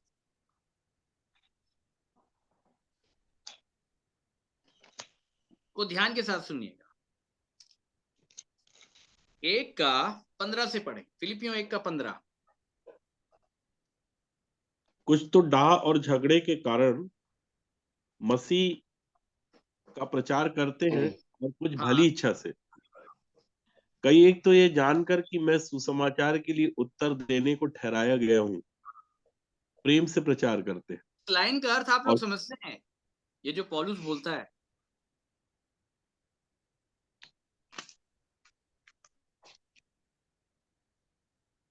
अच्छा सुसमाचार की परिभाषा कितने लोग को मालूम है? सुसमाचार नर्सरी का प्रश्न कर रहे हैं आपसे। सुसमाचार पहला कुरिन्थियों 15:1-3 है। यह जी बात बिल्कुल, मुझे प्रभु से पहुंची। बिल्कुल सही। आगे हाँ बोल दीजिए। गाड़ा गया और तीसरे दिन जी उठा और भाइयों में वो प्रकट हुआ। बिल्कुल बिल्कुल बिल्कुल, ये एग्जैक्ट है जो सिस्टर ने कहा। ये सुसमाचार है कि वह हमारे पापों के लिए मारा गया, गाड़ा गया, तीसरे दिन जी उठा, जी उठा है। ठीक है, यही है सुसमाचार। ये मैं भी मानता हूं, आप भी मानते हैं। ये सिमिलैरिटी है हम लोग के बीच में। अब यहां से डिफरेंस अपन बताते हैं क्या है। पौलुस ये बोलता है कि कई एक तो यह जानकर कि मैं सुसमाचार के लिए उत्तर देने को ठहराया गया हूं। मतलब क्या है? फिर सुसमाचार क्या है? आप लोग बताएं। सुसमाचार क्वेश्चन मार्क है, याद रखिएगा। क्या है? प्रश्नवाचक चिन्ह है। क्वेश्चन मार्क है। पौलुस बोलता है उत्तर मैं दूंगा। अच्छा, क्वेश्चन क्या है? ये बात तो ठीक है कि यीशु मारा गया, गाड़ा गया, जी उठा, लेकिन क्वेश्चन ये है कि मारा कैसे गया, गाड़ा कैसे गया और जी कैसे उठा? ये रहस्य कौन बताएगा? तो पौलुस बोलता है उत्तर देने के लिए मैं ठहराया गया। बड़े बड़े विषय हैं और इसलिए वो सब बताता है। बोलता है यीशु की मृत्यु को मैं लेके घूमता हूं, गाड़े जाने का अनुभव भी बता रहा है, जी उठने का भी भेद बता रहा है, वो सब बता रहा है। क्या आज इस रीति के आधार पे सुसमाचार प्रचार हो रहा है? हो रहा है इस रीति के आधार पे? नहीं हो रहा। मालूम है, क्वेश्चन ही रिपीट किया जाता है कि यीशु हमारे पाप के लिए मारा गया, गाड़ा गया और जीवित तीसरे दिन जीवित होगा। आप भी जाते हैं, अरे ये बताओ कि कैसे गाड़ा गया, गाड़े जाने का भेद क्या है? अगर वो जिलाया गया तो वो कैसे जिलाया गया? हमारे साथ एक वचन निकालें, तीमुथियुस की पत्री। इसको बड़े ध्यान के साथ सुनिएगा। पहला तीमुथियुस 3:16 पढ़ें। इसमें संदेह नहीं कि भक्ति का भेद गंभीर है, अर्थात वे जो भेद क्या है? गंभीर है, एकदम गंभीर है, बहुत गंभीर है। अर्थात इसका मतलब क्या है? अर्थात वे जो शरीर में प्रकट हुआ, वो जो शरीर में प्रकट हुआ, वचन जो देहधारी हुआ और आत्मा में धर्मी ठहरा। इसमें धर्मी ठहरा, आत्मा में धर्मी ठहरा और स्वर्गदूतों को दिखाई दिया, और स्वर्गदूतों को दिखाई दिया। अन्य जाति में उसका प्रचार हुआ, अन्य जातियों में उसका प्रचार हुआ, जगत में उस पर विश्वास किया गया और महिमा में ऊपर उठाया गया। ये बोल रहा है ये भक्ति का भेद है और ये बहुत गंभीर है। ये भेद है बोल रहा है पौलुस। ये क्या है? भेद है, भक्ति का भेद है। ठीक है, ये क्या है बोलिए? भक्ति का भेद।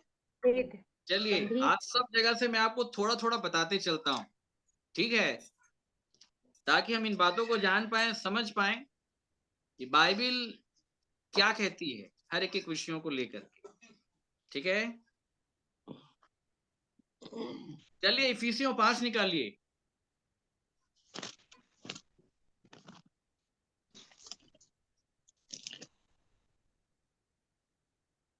5 का 30। अच्छा, विवाह के बारे में कितने लोग जानते हैं यहाँ पे? सभी जानते हैं। अच्छा, जिनका नहीं हुआ है वो भी जानते हैं। अच्छा, वो भी जानते हैं। बाकी अनुभवी लोग भी बैठे हैं जिनके पास विवाह का अनुभव है, और जी हालांकि हाँ। जिनका विवाह नहीं हुआ उनको भी मालूम है कि विवाह कैसे होता है। ठीक है, सबको जी हाँ। मालूम है। जी हाँ। चलिए अब मैं आपको पढ़वाता हूँ कुछ। निकालें 5 का 30 से पढ़ें एक बार। इसलिए कि इसलिए कि हम हम उसकी, हाँ पढ़िए भाभी। हाँ इसलिए कि हम उसकी देह के अंग हैं। हाँ। इस कारण मनुष्य अपने माता पिता को छोड़कर अपनी पत्नी से मिला रहेगा और वे दोनों एक तन होंगे। चलिए बस एक मिनट, अब रुक जाइएगा। चलिए अब एक किसी विवाहित व्यक्ति को पकड़ना पड़ेगा। पंकज साइमन जी दिख रहे हैं, उनको पकड़ लेते हैं हम। ठीक है पंकज साइमन जी, आपका जी विवाह भैया। हो गया है, आपकी 2 सुंदर बेटियां भी है। ठीक है, यहाँ पे जो विवाह के विषय में लिखा है कि मनुष्य अपने माता पिता को छोड़कर अपनी पत्नी से मिला रहेगा। अच्छा, जी मनुष्य कौन है यहाँ पे? आदम। नहीं, यहाँ पे मनुष्य कौन है? आदम अर्थात पुरुष बोलेंगे, हाँ, पुरुष मेल पर्सन। ठीक है, वो अपने माता पिता को छोड़कर किससे मिला रहेगा? अपनी पत्नी। पत्नी से। पत्नी अच्छा से। पंकज साइमन जी, जब आपका विवाह हुआ तो आपकी विदाई हुई कि आपके घर से? नहीं, क्यों नहीं हुई भाई? आपकी विदाई होनी चाहिए थी, क्योंकि पत्नी से मिला रहेगा लिखा है यहाँ पे, अपने माता पिता को छोड़कर मिला रहेगा लिखा है। क्या उत्तर दोगे आप मेरे को? अच्छा नीचे पढ़ना आप। यह ये भेद भेद तो तो बड़ा बड़ा है। है। बहुत बड़ा भेद है, नहीं आएगा मनुष्य को समझ में, पौलुस ने बता दिया। अब कभी मौका मिलेगा ना तो हम आपको बताएंगे कि ये मनुष्य कौन है और ये पत्नी कौन है। पत्नी हमें मनुष्य यीशु मसीह। अरे देखिए, मसीह। अभी रुक जी जाइए, हाँ। किसी बात पत्नी को हम हैं। आसानी से मत समझिएगा, ये सारे भेद बहुत बड़े हैं। मैं ये वचन इसलिए खुलवाया हूं कि बाइबल में जितनी बातें लिखी है वो सब भेद की रीति के आधार पे लिखी हुई है। यहाँ जी पे हाँ। पत्नी की परिभाषा है, यहाँ पे मनुष्य की परिभाषा है। संसार में जो विवाह हो रहा है वो एक अलग है, लेकिन पौलुस ये बोलता है, जब इस विवाह की चर्चा करता है तो बोलता है ये भेद तो बड़ा है। क्या है? बड़ा है। ये भेद बड़ा है। अक्सर कलीसियाओं में जब विवाह होता है तो ये पढ़वाया जाता है, लेकिन किसी का ध्यान नहीं जाता कि लिखा क्या है यहाँ। जी हाँ। अच्छा, एक मजे की बात मैं आपको बताता हूँ। एक बार सीआईएसएम चर्च में हमारे अजय पाइक जी के हमको बुलाया गया विवाह के लिए संदेश देने के। ये हमारे घर के पास में। और उसके बाद जब हमने इस वचन को पढ़ाया और पढ़ाने के बाद जब दूल्हे को बोला तो मैं जाओगे अपना घर छोड़ के दुल्हन के यहाँ? तो बेचारा हक्का बक्का रह गया, उसके होश उड़ गए। सारे लोग सुन रहे थे। तब हमने उसका कुछ अंश वहां पे बताया कि यहाँ पे पत्नी की परिभाषा क्या है और पुरुष की परिभाषा मनुष्य क्या, की। मनुष्य की परिभाषा क्या। ये वचन मैंने इसलिए खुलवाया है कि आप इन बातों को जान सके कि जिन बातों को हम बड़ी आसानी से ले रहे हैं या साधारण ले रहे हैं वो साधारण नहीं है। इसको याद रखिएगा, परमेश्वर के जितने वचन हैं वो सब बहुमूल्य मोती हैं। बोलिए क्या है? बहुमूल्य मोती बहुमूल्य है। मोती। बहुमूल्य मोती हैं, इसको याद रखिएगा। ठीक है, स्वर्ग का राज्य कैसा है? खेत में गड़े हुए छिपे हुए धन के समान है, उसका डेप्थ बहुत है। इसलिए प्रभु यीशु मसीह ने पतरस से कहा, अरे ऊपर ऊपर क्या करता, चल थोड़ा गहरे में चल, मैं तेरे को बताता हूं गहराई में क्या क्या है। खजाना तो नीचे है। समझ रहे हैं आप? प्रभु यीशु मसीह ने अपने चेलों को सिखाया प्रचार करने को लेकर। प्रभु यीशु मसीह ने कहा कि जब मैंने तुमको मार्ग में बिना झोली बिना बटवे कि बिना जब मैंने तुमको भेजा तो तुमको किसी बातों की घटी हुई क्या? तो उन्होंने कहा नहीं, परंतु अब जिसके पास बटवा नहीं है बटवा ले, जिसके पास झोली नहीं है वो झोली ले, और जिसके पास तलवार नहीं है वो अपना कपड़ा बेच करके ले ले। तलवार कैसे मिलेगा? कपड़ा बेचकर। बोलो, कितने लोग कपड़ा कपड़ा बेच के। बेचते हैं? कपड़ा क्या चीज है और कैसे बेचा जाता है?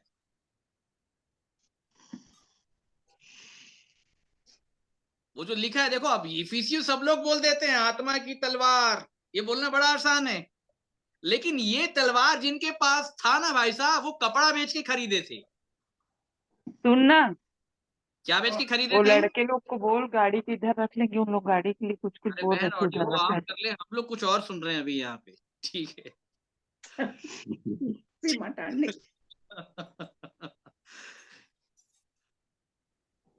कपड़ा तो बात बेचने आई की बात समझ करें। में? जी। तलवार कैसे मिलेगा? कपड़ा बेचने बेच के। के कभी बेचे हमने कपड़ा? नहीं बेचे भैया। कपड़ा बेचना धार्मिकता के। पड़ेगा, याद रखिएगा। कपड़ा अगर नहीं बिकेगा तो तलवार नहीं मिलेगा, और तलवार नहीं मिलेगा इसलिए लोग दुष्ट का सामना नहीं कर पा रहे हैं, याद रखिएगा। तलवार नहीं है।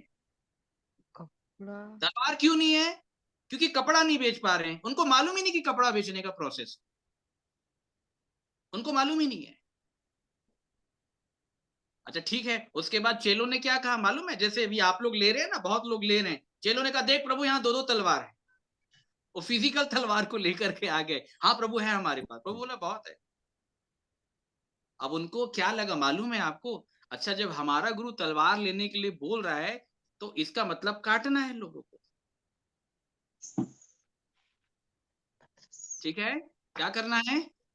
तो संदेश को गलत तरीके से लेने के कारण गतसमनी के बाग में पतरस ने तलवार चला दिया था। कान काट दिया था चेले का।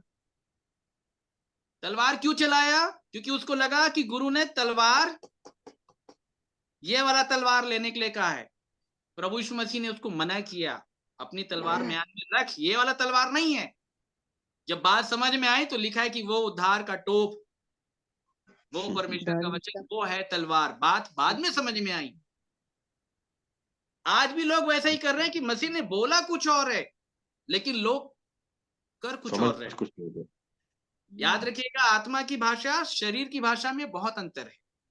वो स्वर्ग की भाषा है। किसकी भाषा है? स्वर्गीय भाषा है। स्वर्ग की भाषा है, याद रखिएगा। स्वर्ग की भाषा और पृथ्वी की भाषा में बहुत अंतर है।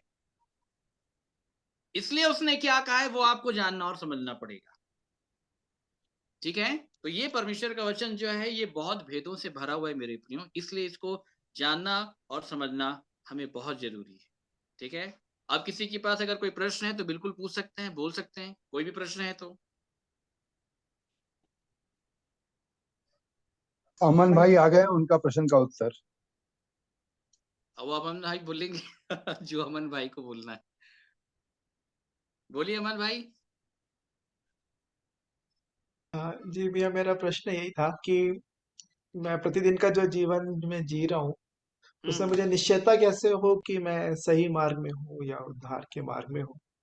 क्योंकि एक जो उसमें क्वेश्चन मार्क है कि कई बार विवेक का जो दोष रहता है, एक बार कि विवेक तो दोष लगाता है कई बार जो बुरा किया, लेकिन कुछ चीज ऐसी भी होती है जिसको हमको पता ही नहीं है कि वो भी पाप है, और विवेक हम उस क्षेत्र में हमको दोष नहीं लगा। तो एक बार फिर जब वचन खुलता है तो फिर पता चलता है। तो फिर तब तक क्या मैं सही मार्ग में हूँ जब तक पता नहीं चला, या फिर मैं कैसे उस बात में मैं निश्चयता मुझे हो कि मैं सही मार्ग में। आप बिल्कुल सही बोल रहे हैं भाई। मार्ग की पहचान जो है ना, इसलिए प्रभु यीशु मसीह ने बताया मार्ग के विषय में। मार्ग की परिभाषा प्रभु यीशु मसीह ने बताई। आप मार्ग मतलब समझते हैं? मार्ग, मार्ग,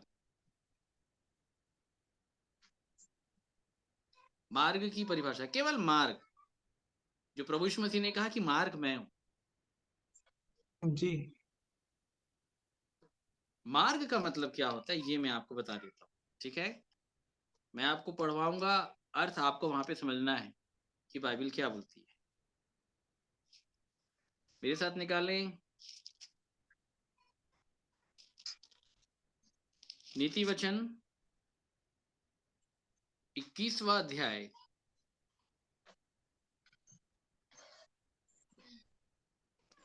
उसका 8 से पढ़ें।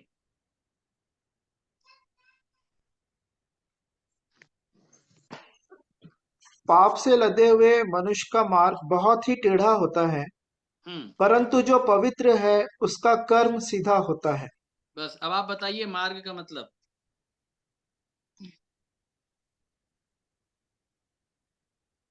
पाप से लदा हुआ होना या पवित्र।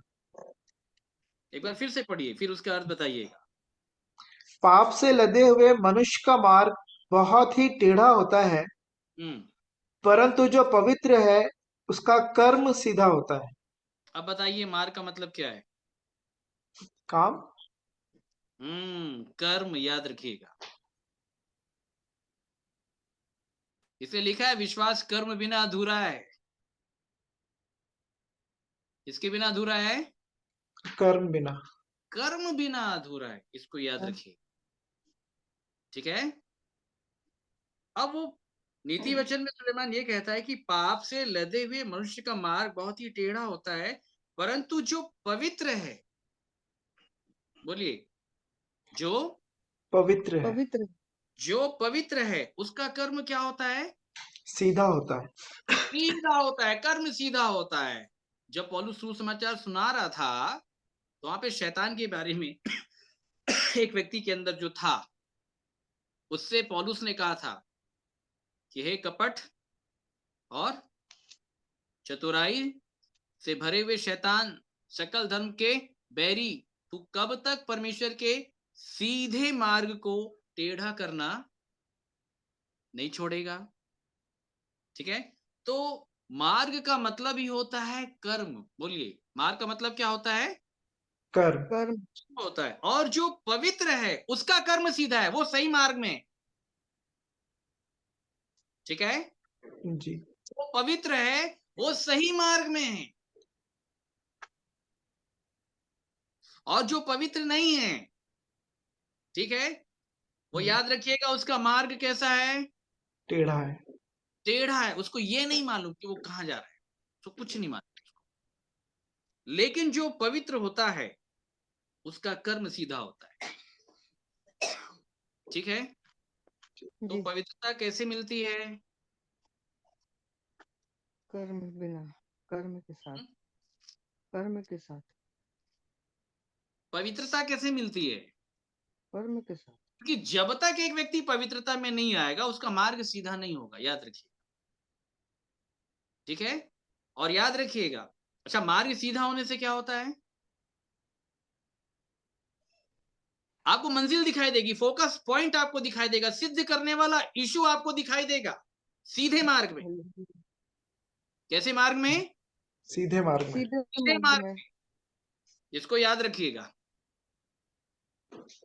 और एक समय के बाद वो दिखाई देने लग जाता है, तब दौड़ लगाया जाता है। क्या लगाया जाता है? दौड़। हाँ, ठीक उसी प्रकार जब बच्चा धीरे धीरे चलता रहता है, लेकिन दूर से जब पिताजी को देख लेता है तो दौड़ जाता है कि ये पिताजी दिख गए। तो ये तब होता है जब एक मनुष्य पवित्रता में आता है। बोलिए, किस में आता है? पवित्रता में। पवित्रता में आता है। आती है। बोलिए, कैसे आती है पवित्रता? सीधे मार्ग में चलने से। नहीं नहीं, ये अलग विषय हो गया। चलिए हमारे साथ निकाले रोमियो 6 का 22 से पढ़िएगा। परंतु अब पाप से स्वतंत्र होकर और परमेश्वर के दास बनकर तुमको फल मिला जिससे पवित्रता प्राप्त होती है। हाँ, देखिए पवित्रता कैसे मिलती है। और आगे, और उसका अंत अनंत जीवन है। किसका अंत अनंत जीवन है? पवित्रता का। पवित्रता का अंत अनंत जीवन है। मतलब जब पवित्रता आ जाएगी, अनंत जीवन की राह आपके लिए आसान हो जाएगी। मतलब आपको फोकस समझ में आने लग जाएगा। यहाँ से दौड़ वाली बात चालू हो जाती है। लेकिन ये तब होगी जब पवित्रता प्राप्त होगी। क्या प्राप्त होगी? पवित्रता। पवित्रता। पवित्रता प्राप्त होगी। ठीक है। अब पवित्रता कैसे मिलेगी? पाप से स्वतंत्र होने से। पाप से स्वतंत्र होकर और परमेश्वर के दास बनकर। क्या बनकर? दास बनकर, परमेश्वर के दास बनकर। तुमको क्या मिला? पवित्रता। फल मिला। तुमको फल मिला। अच्छा, तुमको कौन सा फल फल? कौन सा वाला फल? अनंत। कौन सा वाला फल मिला? यीशु मसीह जो पहला फल। हाँ, मसीह है फल। तब मसीह मिलेगा भाई साहब। ऐसे ही नहीं मिलेगा।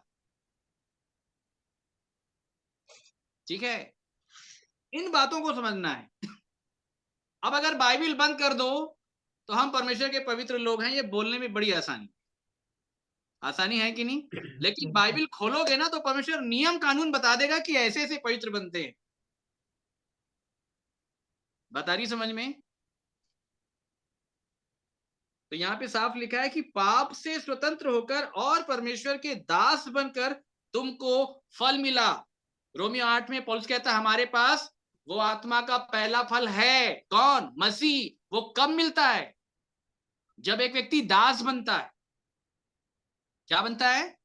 दास बनता है। दास बनता है, पाप से स्वतंत्र होता है और परमेश्वर का दास बनता है। तब उसके बाद मसीह मिल जाता है, वो फल मिल जाता है और वो फल उसको पवित्रता तक लेकर के जाएगा।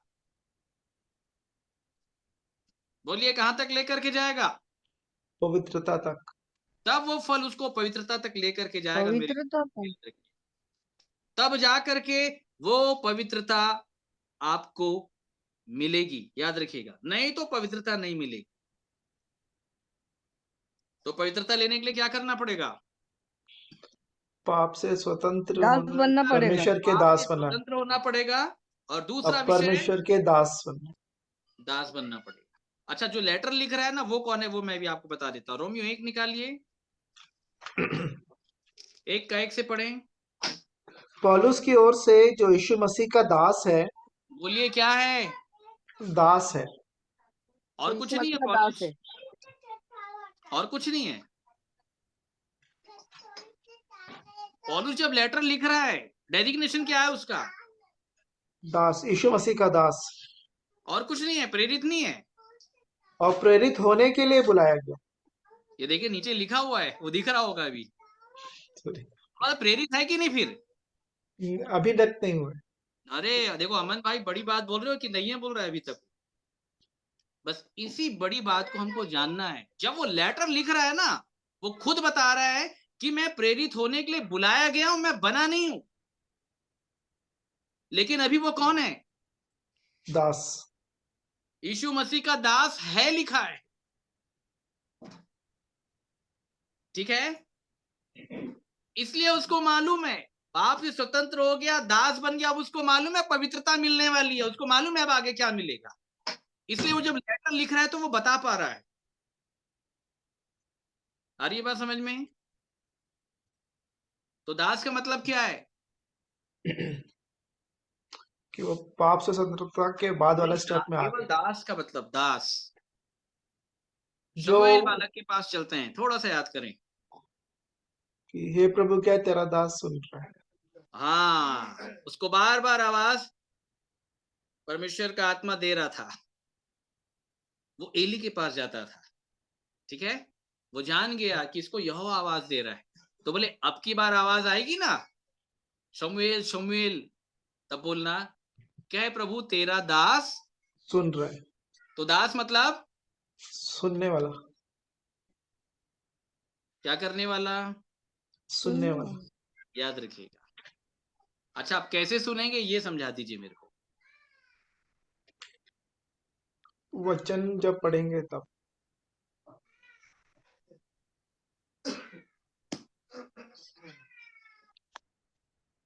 जब उसकी आवाज को सुनो तो अपने हृदय को कठोर मत करो। कहाँ से आवाज आएगी, थोड़ा सा हमको बता दीजिए। अगर ऐसी आवाज आ जाती ना तो पूरा ईसाई समाज सुधर जाता, मालूम है आपको, भारत देश स्वर्ग बन जाता। हमारे साथ एक वचन निकालें,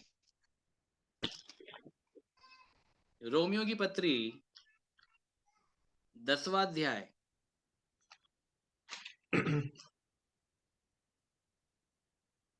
10 का 14, ध्यान के साथ सुनिए। फिर जिस पर उन्होंने विश्वास नहीं किया वे उसका नाम कैसे लें, और जिसके विषय में सुना नहीं उस पर कैसे विश्वास करें, और प्रचारक बिना कैसे सुने? कैसे सुने? प्रचारक के द्वारा, प्रेरितों के। प्रचारक बिना कैसे सुने? तो कौन सुनाएगा? प्रचारक। प्रचारक। कौन सुनाएगा? प्रचारक सुनाएगा। प्रचारक सुनाएगा, इसको याद रखिएगा। कौन है प्रचारक? क्या बाइबल पढ़ने वाला प्रचारक है? नहीं है। क्या वो सुन सकता है? वो नहीं सुन सकता, बिल्कुल नहीं। आज से 2000 वर्ष पहले आप चले जाइए, सबके पास बाइबल थी, किन लोगों ने सुना? नहीं सुना। प्रचारक आया तब सुना। प्रचारक कौन था? प्रभु यीशु मसीह। इसको बड़े ध्यान के साथ सुनिएगा। जब पौलुस जब लेटर लिखता है तो वो क्या बोल रहा है ये मैं आपको बता देता हूं। निकालिए 2 तीमुथियुस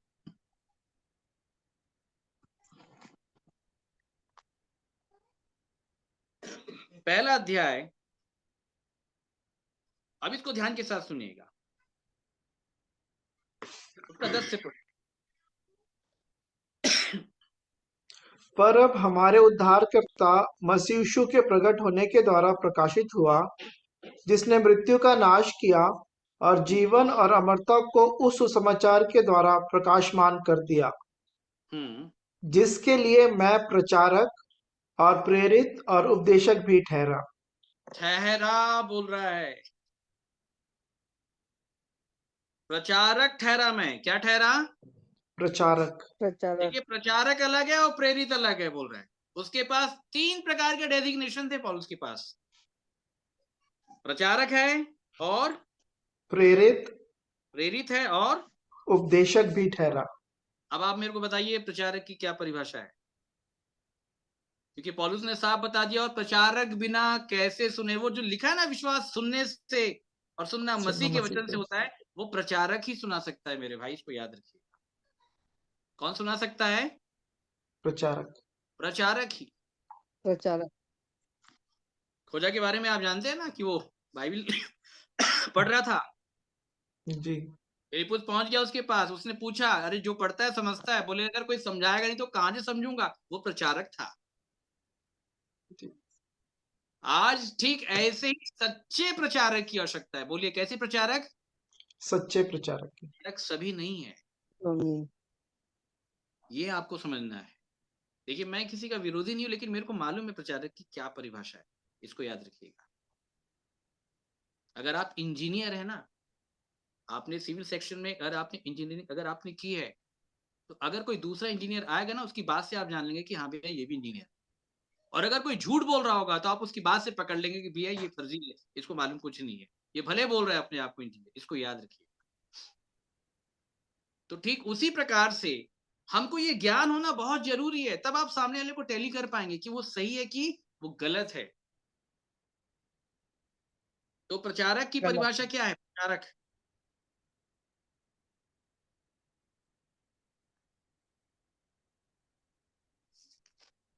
चलिए हमारे साथ निकालें 1 यूहन्ना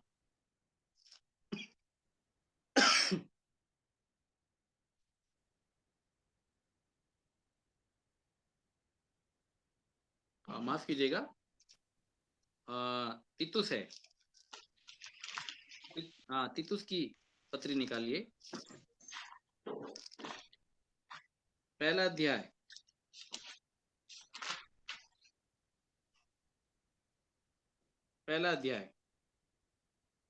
2 से पढ़ें। उस अनंत जीवन की आशा पर जिसकी प्रतिज्ञा परमेश्वर ने, जो झूठ बोल नहीं सकता, सनातन से की है, पर ठीक समय पर अपने वचन को उस प्रचार के द्वारा प्रकट किया जो इसके द्वारा हमारे पर प्रकट किया। उस प्रचार के द्वारा प्रकट किया। प्रचारक का मतलब होता है प्रचार करने वाला, ठीक है। और ये प्रचारक क्या काम करेगा? जो हमारे उद्धारकर्ता परमेश्वर की आज्ञा के अनुसार मुझे सौंपा गया। नहीं, 3 से पढ़ें। ठीक समय पर ठीक समय पर अपने वचन को उस प्रचार के द्वारा प्रकट किया। परमेश्वर वचन को कैसे प्रकट करता है? प्रचार के द्वारा। प्रचार के द्वारा, याद रखिएगा। और प्रचार कौन करता है? प्रचारक। मतलब जो प्रचारक होगा वो वचन को प्रकट करेगा। बोलिए, क्या करेगा? प्रकट करेगा। प्रकट करेगा। आज बोल सभी रहे हैं भाई साहब, प्रकट कौन कर रहा है? आज बोल सभी रहे हैं, प्रकट कौन कर रहा है? अब हमारे साथ निकाल लें मत्ती रचित सुसमाचार 3रा अध्याय, इसका 17 से पढ़ें।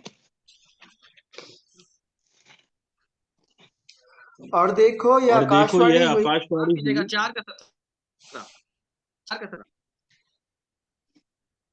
उस समय ने यीशु ने प्रचार करना और यह कहना आरंभ किया, मन फिराओ क्योंकि स्वर्ग का राज निकट आया है।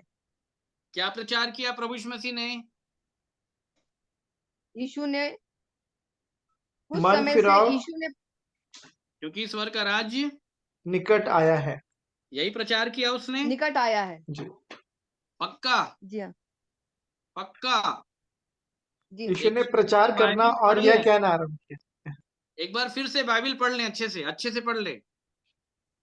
उस समय से यीशु ने प्रचार करना से हाँ और यह कहना आरंभ किया, हाँ। मन फिराओ क्योंकि स्वर्ग का राज्य निकट आया है। क्या प्रचार किया उसने? यहाँ पे नहीं लिखा है। यहाँ पे नहीं लिखा है। आया है। प्रचार करना आरंभ किया है, लेकिन क्या प्रचार किया वो नहीं लिखा। हाँ, अरे एकदम निकट सही आया पकड़ है। लिया अपन भाई। कहना उस समय से यीशु ने, ध्यान के साथ सुनिएगा, प्रचार करना, ये पहला विषय, ठीक है। उसके बाद अब सब्जेक्ट चेंज हो रहा है, वहां पे लिखा है और यह कहना आरंभ किया, मन फिराओ क्योंकि स्वर्ग का राज्य निकट आया है। क्या कहा उसने? मन फिराओ स्वर्ग का राज्य निकट आया है।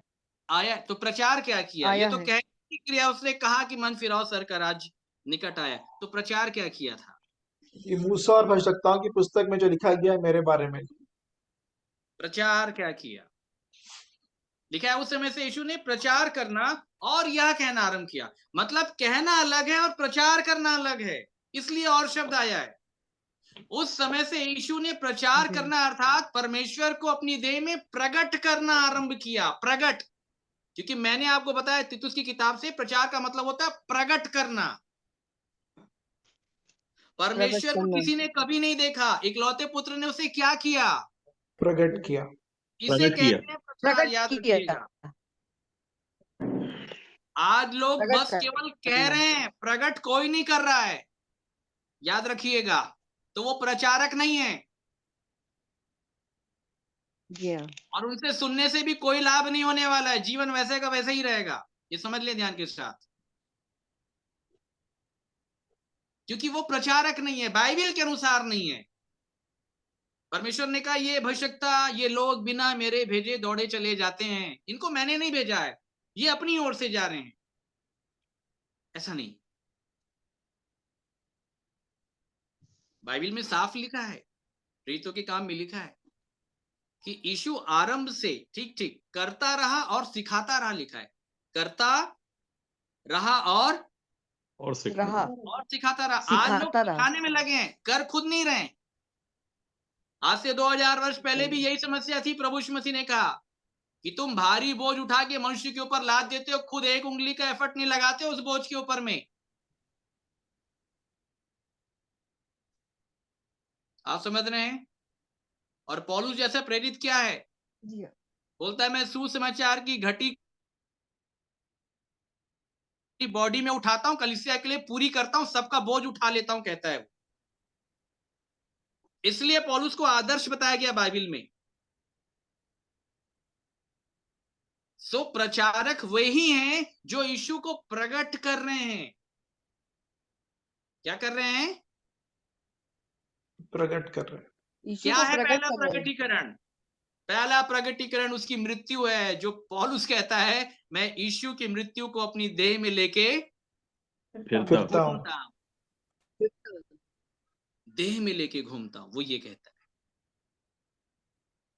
तो जब तक ऐसा प्रचारक नहीं मिलेगा ना किसी भी विश्वासी को, याद रखिएगा, वो नहीं समझ पाएगा, कोई भी व्यक्ति क्यों ना हो, क्योंकि बाइबल में कॉन्सेप्ट लिखा हुआ है कि प्रचारक बिना कैसे, प्रचारक बिना कैसे समझे। सुने भाई, प्रचारक के बिना। तो एक प्रचारक चाहिए। और बोलता है मैं प्रचारक हूं, बोलता है मैं सुसमाचार के लिए उत्तर देने के लिए ठहराया गया हूं, मैं बताऊंगा कि मरा कैसे जाता है, गड़ा कैसे जाता है और जीवित कैसे हुआ जाता है। तो ये सारी बातें बाइबल में बड़े भेद की रीति के आधार पर लिखी है मेरे प्रियो। और परमेश्वर ये चाहता है कि हम इन बातों को जानें और वास्तव में परमेश्वर के वचन को इस रीति से जान करके, समझ करके अपना जीवन परमेश्वर को दे। हो सकता है परमेश्वर आपको प्रचारक बना दे, ठीक है?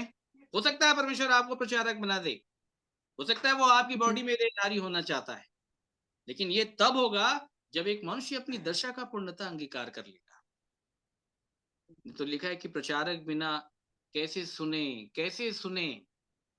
बाइबल पढ़ा जाता है, याद रखिएगा, बाइबल क्या किया जाता है? पढ़ा जाता है, लेकिन उसको सुनाने के लिए प्रचारक चाहिए। क्या चाहिए? प्रचारक। मिस्र के अंदर सबके पास बाइबल थी उस समय भी, याद रखिएगा, परंतु भेजा गया मूसा को सुनाने के लिए। जो उस पे लिखा है कौन सुना सकता है? प्रचारक सुनाएगा। कौन सुनाएगा? इसलिए बाइबल में साफ लिखा है कि प्रचारक बिना कैसे सुने। कैसे सुने। और तब फिर वो आपको सुना सुना के दास बना देगा। बोलिए क्या बना देगा? दास बना। हाँ, वो दास बना देगा, सुना आपको के सुना दास सुना बना देगा।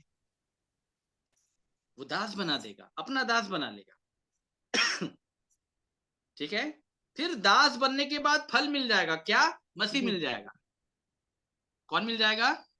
मसीह। मसीह मिल जाएगा। ठीक है? तो दास बनने के बाद तुमको फल मिला, जिससे फिर क्या मिलेगी, क्या प्राप्त होगी तुमको? पवित्रता। पवित्रता मिल जाएगी। ठीक है? और तब उस पवित्रता का अंत जी अनंत अनंत जीवन। जीवन। आमीन। ठीक है? आप समझ गया ना कि जो पवित्र होता है उसका कर्म सीधा होता, समझ गया ना? वो मार्ग में आ गया, एग्जैक्ट आ गया है। उसकी अगुवाई प्रचारक कर रहा है। कौन कर रहा है? प्रचारक। प्रचारक कर रहा है। प्रचारक कर रहे हैं। सब बातों का उत्तर आपके पास बाइबल से होगा। बिना बाइबल खोले आप बात ही नहीं करोगे। देखिए, मैंने आपको बताया ना, किसी बाइबल के एक वचन को अगर आप पढ़ेंगे तो उसका अर्थ आप अपने हिसाब से निकाल लेंगे। ठीक है? विश्वास करने वाले परमेश्वर की संतान है, परंतु ये भी तो लिखा है, निकम्मे मनुष्य, कर्म बिना विश्वास व्यर्थ है। फिर संतान होने की परिभाषा यहाँ पे लिखी है पहाड़ी उपदेश में कि ऐसा ऐसा करोगे, ऐसा ऐसा करोगे, पूरा पहाड़ी उपदेश, पूरा क्राइटेरिया लिखा है, तब तुम परम प्रधान परमेश्वर की संतान ठहरोगे। तब लिखा है। मतलब विश्वास करने वालों को ये कर्म भी करना पड़ेगा, तब वो संतान ठहरेंगे। परंतु एक जगह से पढ़ करके अगर कुछ भी अर्थ निकाल लेंगे, तो इसलिए पहला पत्रस में लिखा है कि लोग वचन को खींच तान करके अर्थ निकालते हैं, वो उनके नाश होने का कारण हो जाएगा। जिस दिन मृत्यु की गति को प्राप्त हो जाएंगे या प्रभु यीशु मसीह का आगमन हो जाएगा, सब उनके साथ धोखा हो जाएगा। मालूम है आप? इसलिए मेरे प्रियो, बाइबल को जानना और समझना बहुत जरूरी है। और इसलिए अपना जीवन परमेश्वर को नए सिरे से देना बहुत जरूरी है। इसको याद रखिएगा। नया दाख रस इस पुरानी मशके में कभी नहीं डालेगा, कभी नहीं डालता। याद रखिएगा, कभी नहीं। ये पुराना जो मशका है ये टूटना चाहिए। क्या होना चाहिए? टूटना चाहिए।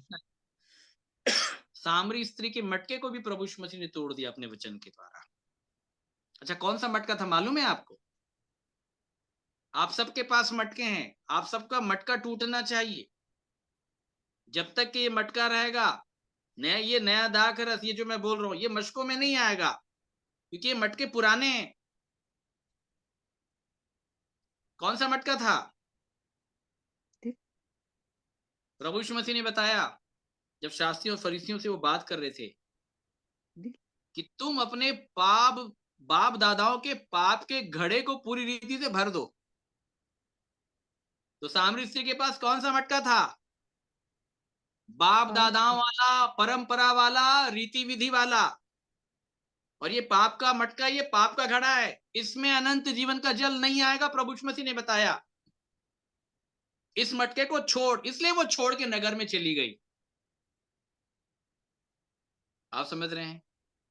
इसलिए प्रभु यीशु मसीह ने गलील के काना में पहला जो चमत्कार जो दिखाया था वो दाखरस बनाया था। किसमें बनाया था दाखरस? मटके में बनाया था। उसने कहा कि पानी को, है ना, मटके को पानी से मुंह लबालब भर दो। और वहां पे साफ लिखा है वो यहूदियों की शुद्ध करने की रीति थी। कितने मटके थे? 7। बोलिए कितने मटके थे? 6 मटके थे। 6 मटके। हाँ, 6 मटके किसको दिखाते हैं? मनुष्य को दिखाते हैं। 6 मनुष्य का अंक है। मतलब शुद्ध करने की रीति वहां पे प्रभु यीशु मसीह ने बताई कि जब तक उनके मटके में पानी, शुद्ध जल जब तक मुंह नहीं भर जाता तब तक वो शुद्ध नहीं होते। और जब मुंह जब भर जाएगा ना, उसके बाद किसी भी प्यासे व्यक्ति को निकाल करके पिला देना, ठीक है? और जब उसको निकाल के पिला दोगे ना तो वो दाखरस में कन्वर्ट हो जाएगा। किसमें कन्वर्ट हो जाएगा? दाखरस में। पानी में अपना कोई स्वाद नहीं रहता ना, याद रखिएगा। कोई पानी पी के ये नहीं बोलता अरे मजा आ गया, कोई नहीं बोलता पानी पी के अरे मजा आ गया, नहीं बोलते। बस ये बोलता है कि हाँ प्यास बुझ गई, मजा आ गया कोई नहीं बोलता। लेकिन जब दाखरस पीता है ना तो क्या बोलता है? मजा आ गया। ये जो वचन हम आपको कह रहे हैं ना, ये दाखरस है। ये क्या है? दाखरस है। लेकिन ये पहले पानी है जो अंदर भरा है इस मटके में। जब तक पानी मुंह नहीं भर जाएगा ये दाखरस में कभी कन्वर्ट नहीं होगा ना, इसको याद रखिएगा, कभी नहीं होगा। ठीक है? तो इसलिए पहले इस पानी को अपने अंदर भरने की आवश्यकता है, याद रखिएगा। प्रचारक के द्वारा ही ये पानी भराता है, इसको याद रखिएगा। और फिर उसके बाद जब वो बोलेगा ना कि निकाल के लेकर के जाओ, तो जहां भी पानी निकालने बोलेगा ना आपके अंदर से, जब आप निकालोगे ना ये वचन का पानी, तो दाखरस बन करके जाएगा। जो भी सुनेगा ना वो बोलेगा भैया आनंद हो गया, बढ़िया लगा, बहुत अच्छा लगा, क्या बोले हो, क्या बताया हो भैया, क्योंकि वो दाखरस है, वो आनंदित कर देगा। केवल पानी से किसी को आनंद नहीं आता ना, याद रखिएगा। केवल पानी से किसी को आनंद नहीं आता। ये पानी दाखरस में कन्वर्ट होना चाहिए। ये पानी दाखरस में कन्वर्ट तभी होगा जब ये पानी हमारे अंदर भर जाएगा। और कब भरेगा? जब ये नया मशका बनेगा। ठीक है मेरे प्रियो?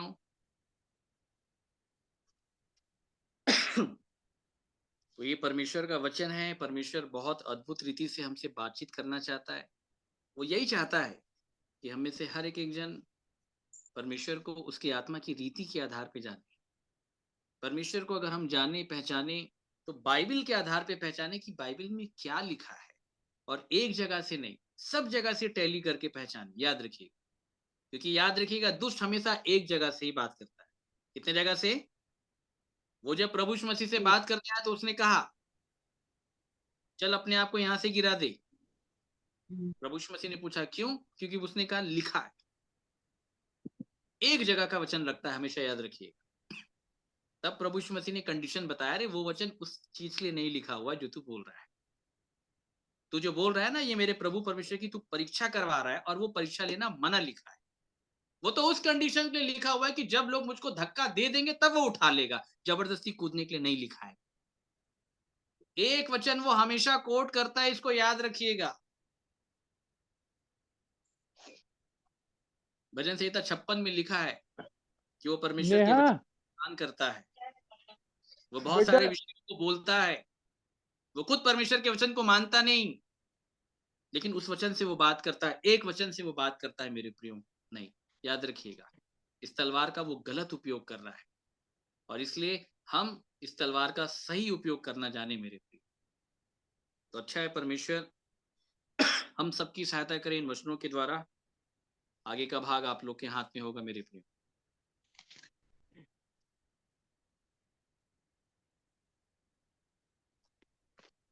हम परमेश्वर पिता का धन्यवाद देते हैं इस अवसर के लिए कि प्रभु के जन को भैया आशीष को हमारे मध्य में भेजा उन्होंने हमारे लिए समय निकाला और हम इतने दिनों तक प्रभु के वचन के द्वारा आशीषित होने पाए हैं। मैं पंकज भाई का भी धन्यवाद देता हूँ जिनके माध्यम से संभव होने पाया, और सब बातें हमारे जीवन में भलाई के लिए हैं।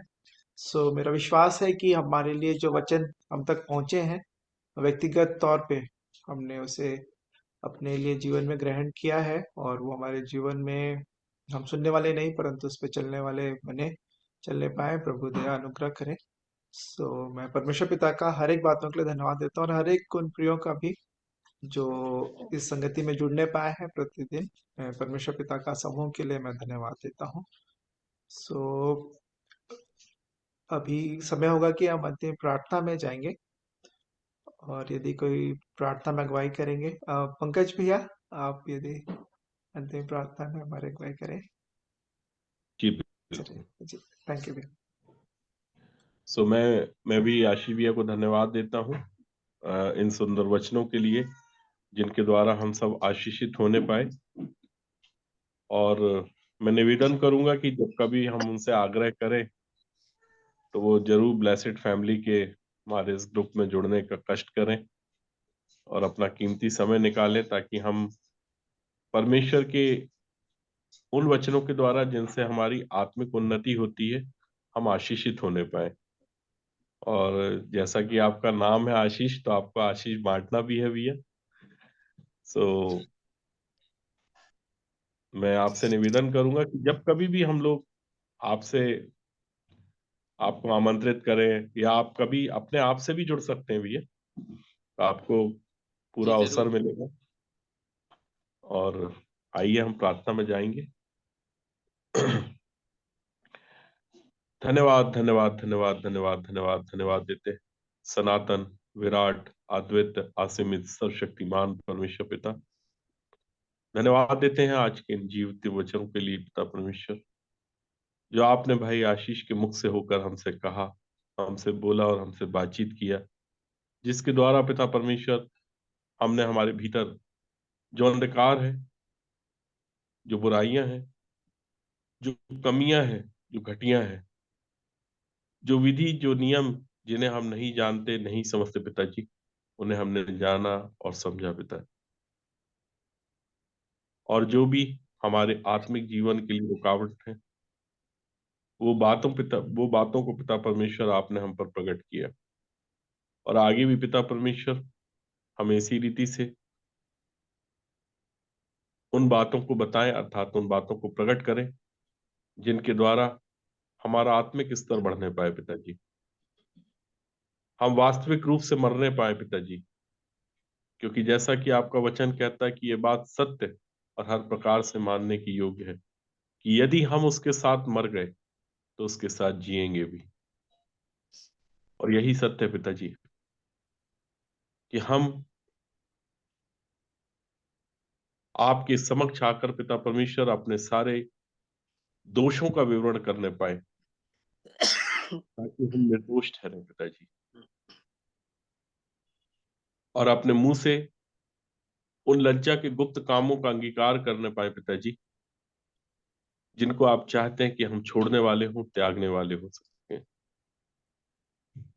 उस पर और इन बातों पर पिता परमेश्वर, अर्थात हमारे शोक के लिए पिता परमेश्वर हम विशेष प्रार्थना करते हैं, पूरे ग्रुप के लिए प्रार्थना करते हैं कि हम परमेश्वर भक्ति के शोक को अपने जीवन में लेने वाले हो सके पिताजी।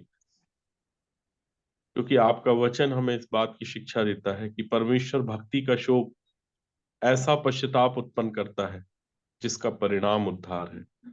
हम सिर्फ मुंह से कहने वाले ना हो कि हमने उद्धार को प्राप्त कर लिया, लेकिन उद्धार की गंभीरता को हम जानने और समझने पाए कि उद्धार क्या है, छुटकारा क्या है, कैसे प्राप्त होता है, और वास्तविक रूप से हम क्या उन बातों से छूटे भी हैं या नहीं छूटे हैं जिनसे आप नफरत करते हैं, जिससे आप अप्रसन्न होते हैं, जिससे आप चिढ़ते हैं। हाँ मेरे पिता, अगर हमारे जीवन में वो बातें आज भी वर्तमान है, तो हमारा छुटकारा वास्तविक रूप से नहीं हुआ, वरन हम सिर्फ मुंह से कहने वाले हुए। सो पिता, हमारे भी जीवन में अर्थात हमारी देह में उस प्रचार को आप प्रकट करें पिताजी, जिसके द्वारा अन्य जातियां लोग आशा लगा के रखे हैं पिताजी। हमारे भी जीवन में आप अपनी पूरी सहनशीलता को दिखाएं, ताकि जितने लोग आप पर आशा रखते हैं अर्थात अनंत जीवन प्राप्त करना चाहते हैं, वो सब आपकी ओर फिरने वाले हो सके पिताजी। और आज आवश्यकता है मेरे पिता एक ऐसे प्रचार की अर्थात ऐसे प्रगटीकरण की जिसको सारी सृष्टि पिता परमेश्वर बड़ी आशा भरी दृष्टि से देख रही। और वास्तविकता है पिता परमेश्वर की सृष्टि बड़ी आशा भरी दृष्टि से परमेश्वर के पुत्रों के प्रकट होने की बाढ़ जो रही। ये बड़ी दया से, आपके बड़े अनुग्रह से हमारे जीवन में पिता परमेश्वर हम देखने पाएंगे। यही जीवित आशा आपने हमारे जीवन में दी है पिताजी। जो नया जन्म आपकी तरफ से हमने प्राप्त किया है पिता परमेश्वर, वो जीवित आशा के लिए किया है। हम मरी हुई आशा को लेके नहीं, लेकिन एक जीवित आशा को लेके पिता परमेश्वर आगे और आगे बढ़ते चले जा रहे हैं। सो पिताजी, आप अपने अनुग्रह की दृष्टि हम सबों पर करें। भाई आशीष की सेवा के लिए हम आपसे विशेष प्रार्थना करते हैं पिताजी। आप उन पर अपने अनुग्रह की दृष्टि को बनाए रखें, हर एक दुष्ट की युक्तियों से बचा के रखें, और संसार के हर एक कोने में पिता परमेश्वर जहां तक आपका सत्य वचन नहीं पहुंचा है और जिन बातों को लेकर एक व्यक्ति भ्रम की स्थिति में है पिता परमेश्वर, इन सुसमाचारों को सुनकर, इस प्रचार को सुन के पिता परमेश्वर वो मन फिराने वाला हो सके पिताजी। दया करें पिता, सब पर अपने अनुग्रह की दृष्टि को बना के रखें। भाई अमन के लिए, ब्लेसेड फैमिली के सारे लोगों के लिए पिता परमेश्वर मैं प्रार्थना करता हूँ। धन्यवाद देता हूँ भाई अमन के भीतर, उनके मन में जो विचार आपने डाला पिता परमेश्वर, कि वो जूम मीटिंग के द्वारा होस्ट करके इस कार्यक्रम को आयोजित करें, ताकि वह लोग पिता परमेश्वर जो आपके सुसमाचार से वंचित हैं, उन तक भी ये सुसमाचार पहुंचने पाए। जितने भी लोग YouTube के माध्यम से इस सुसमाचार को सुनते हैं पिताजी, इस प्रचार को सुनते हैं, उनके भी जीवन में आप बहुतायत से अपने उस बड़े कार्य को अर्थात उस उद्धार को पिता परमेश्वर पूरा होने दें, जिसके लिए आपने अपने पुत्र को इस पृथ्वी पर भेजा, कि वह अपने लोगों का उनके पापों से उद्धार करने पाए पिताजी। एक बार फिर से धन्यवाद देते हैं पिता परमेश्वर इस जीवित वचन के लिए, सुनने वालों के लिए पिता परमेश्वर, कि सुनने वालों के हृदय में बड़े विश्वास के साथ वो वचन बैठने वाला हो सके। दया कर दें पिताजी, सब पर अपने अनुग्रह की दृष्टि को बना के रखें। इस विनती और प्रार्थना को मैं मेरे उद्धार करता, मेरे प्राणों के स्वामी प्रभु यीशु मसीह के नाम से मांग लेता हूँ। सुनिए और बड़ी दया से इस विनती और प्रार्थना को ग्रहण करें। आमीन, आमीन, आमीन, आमीन।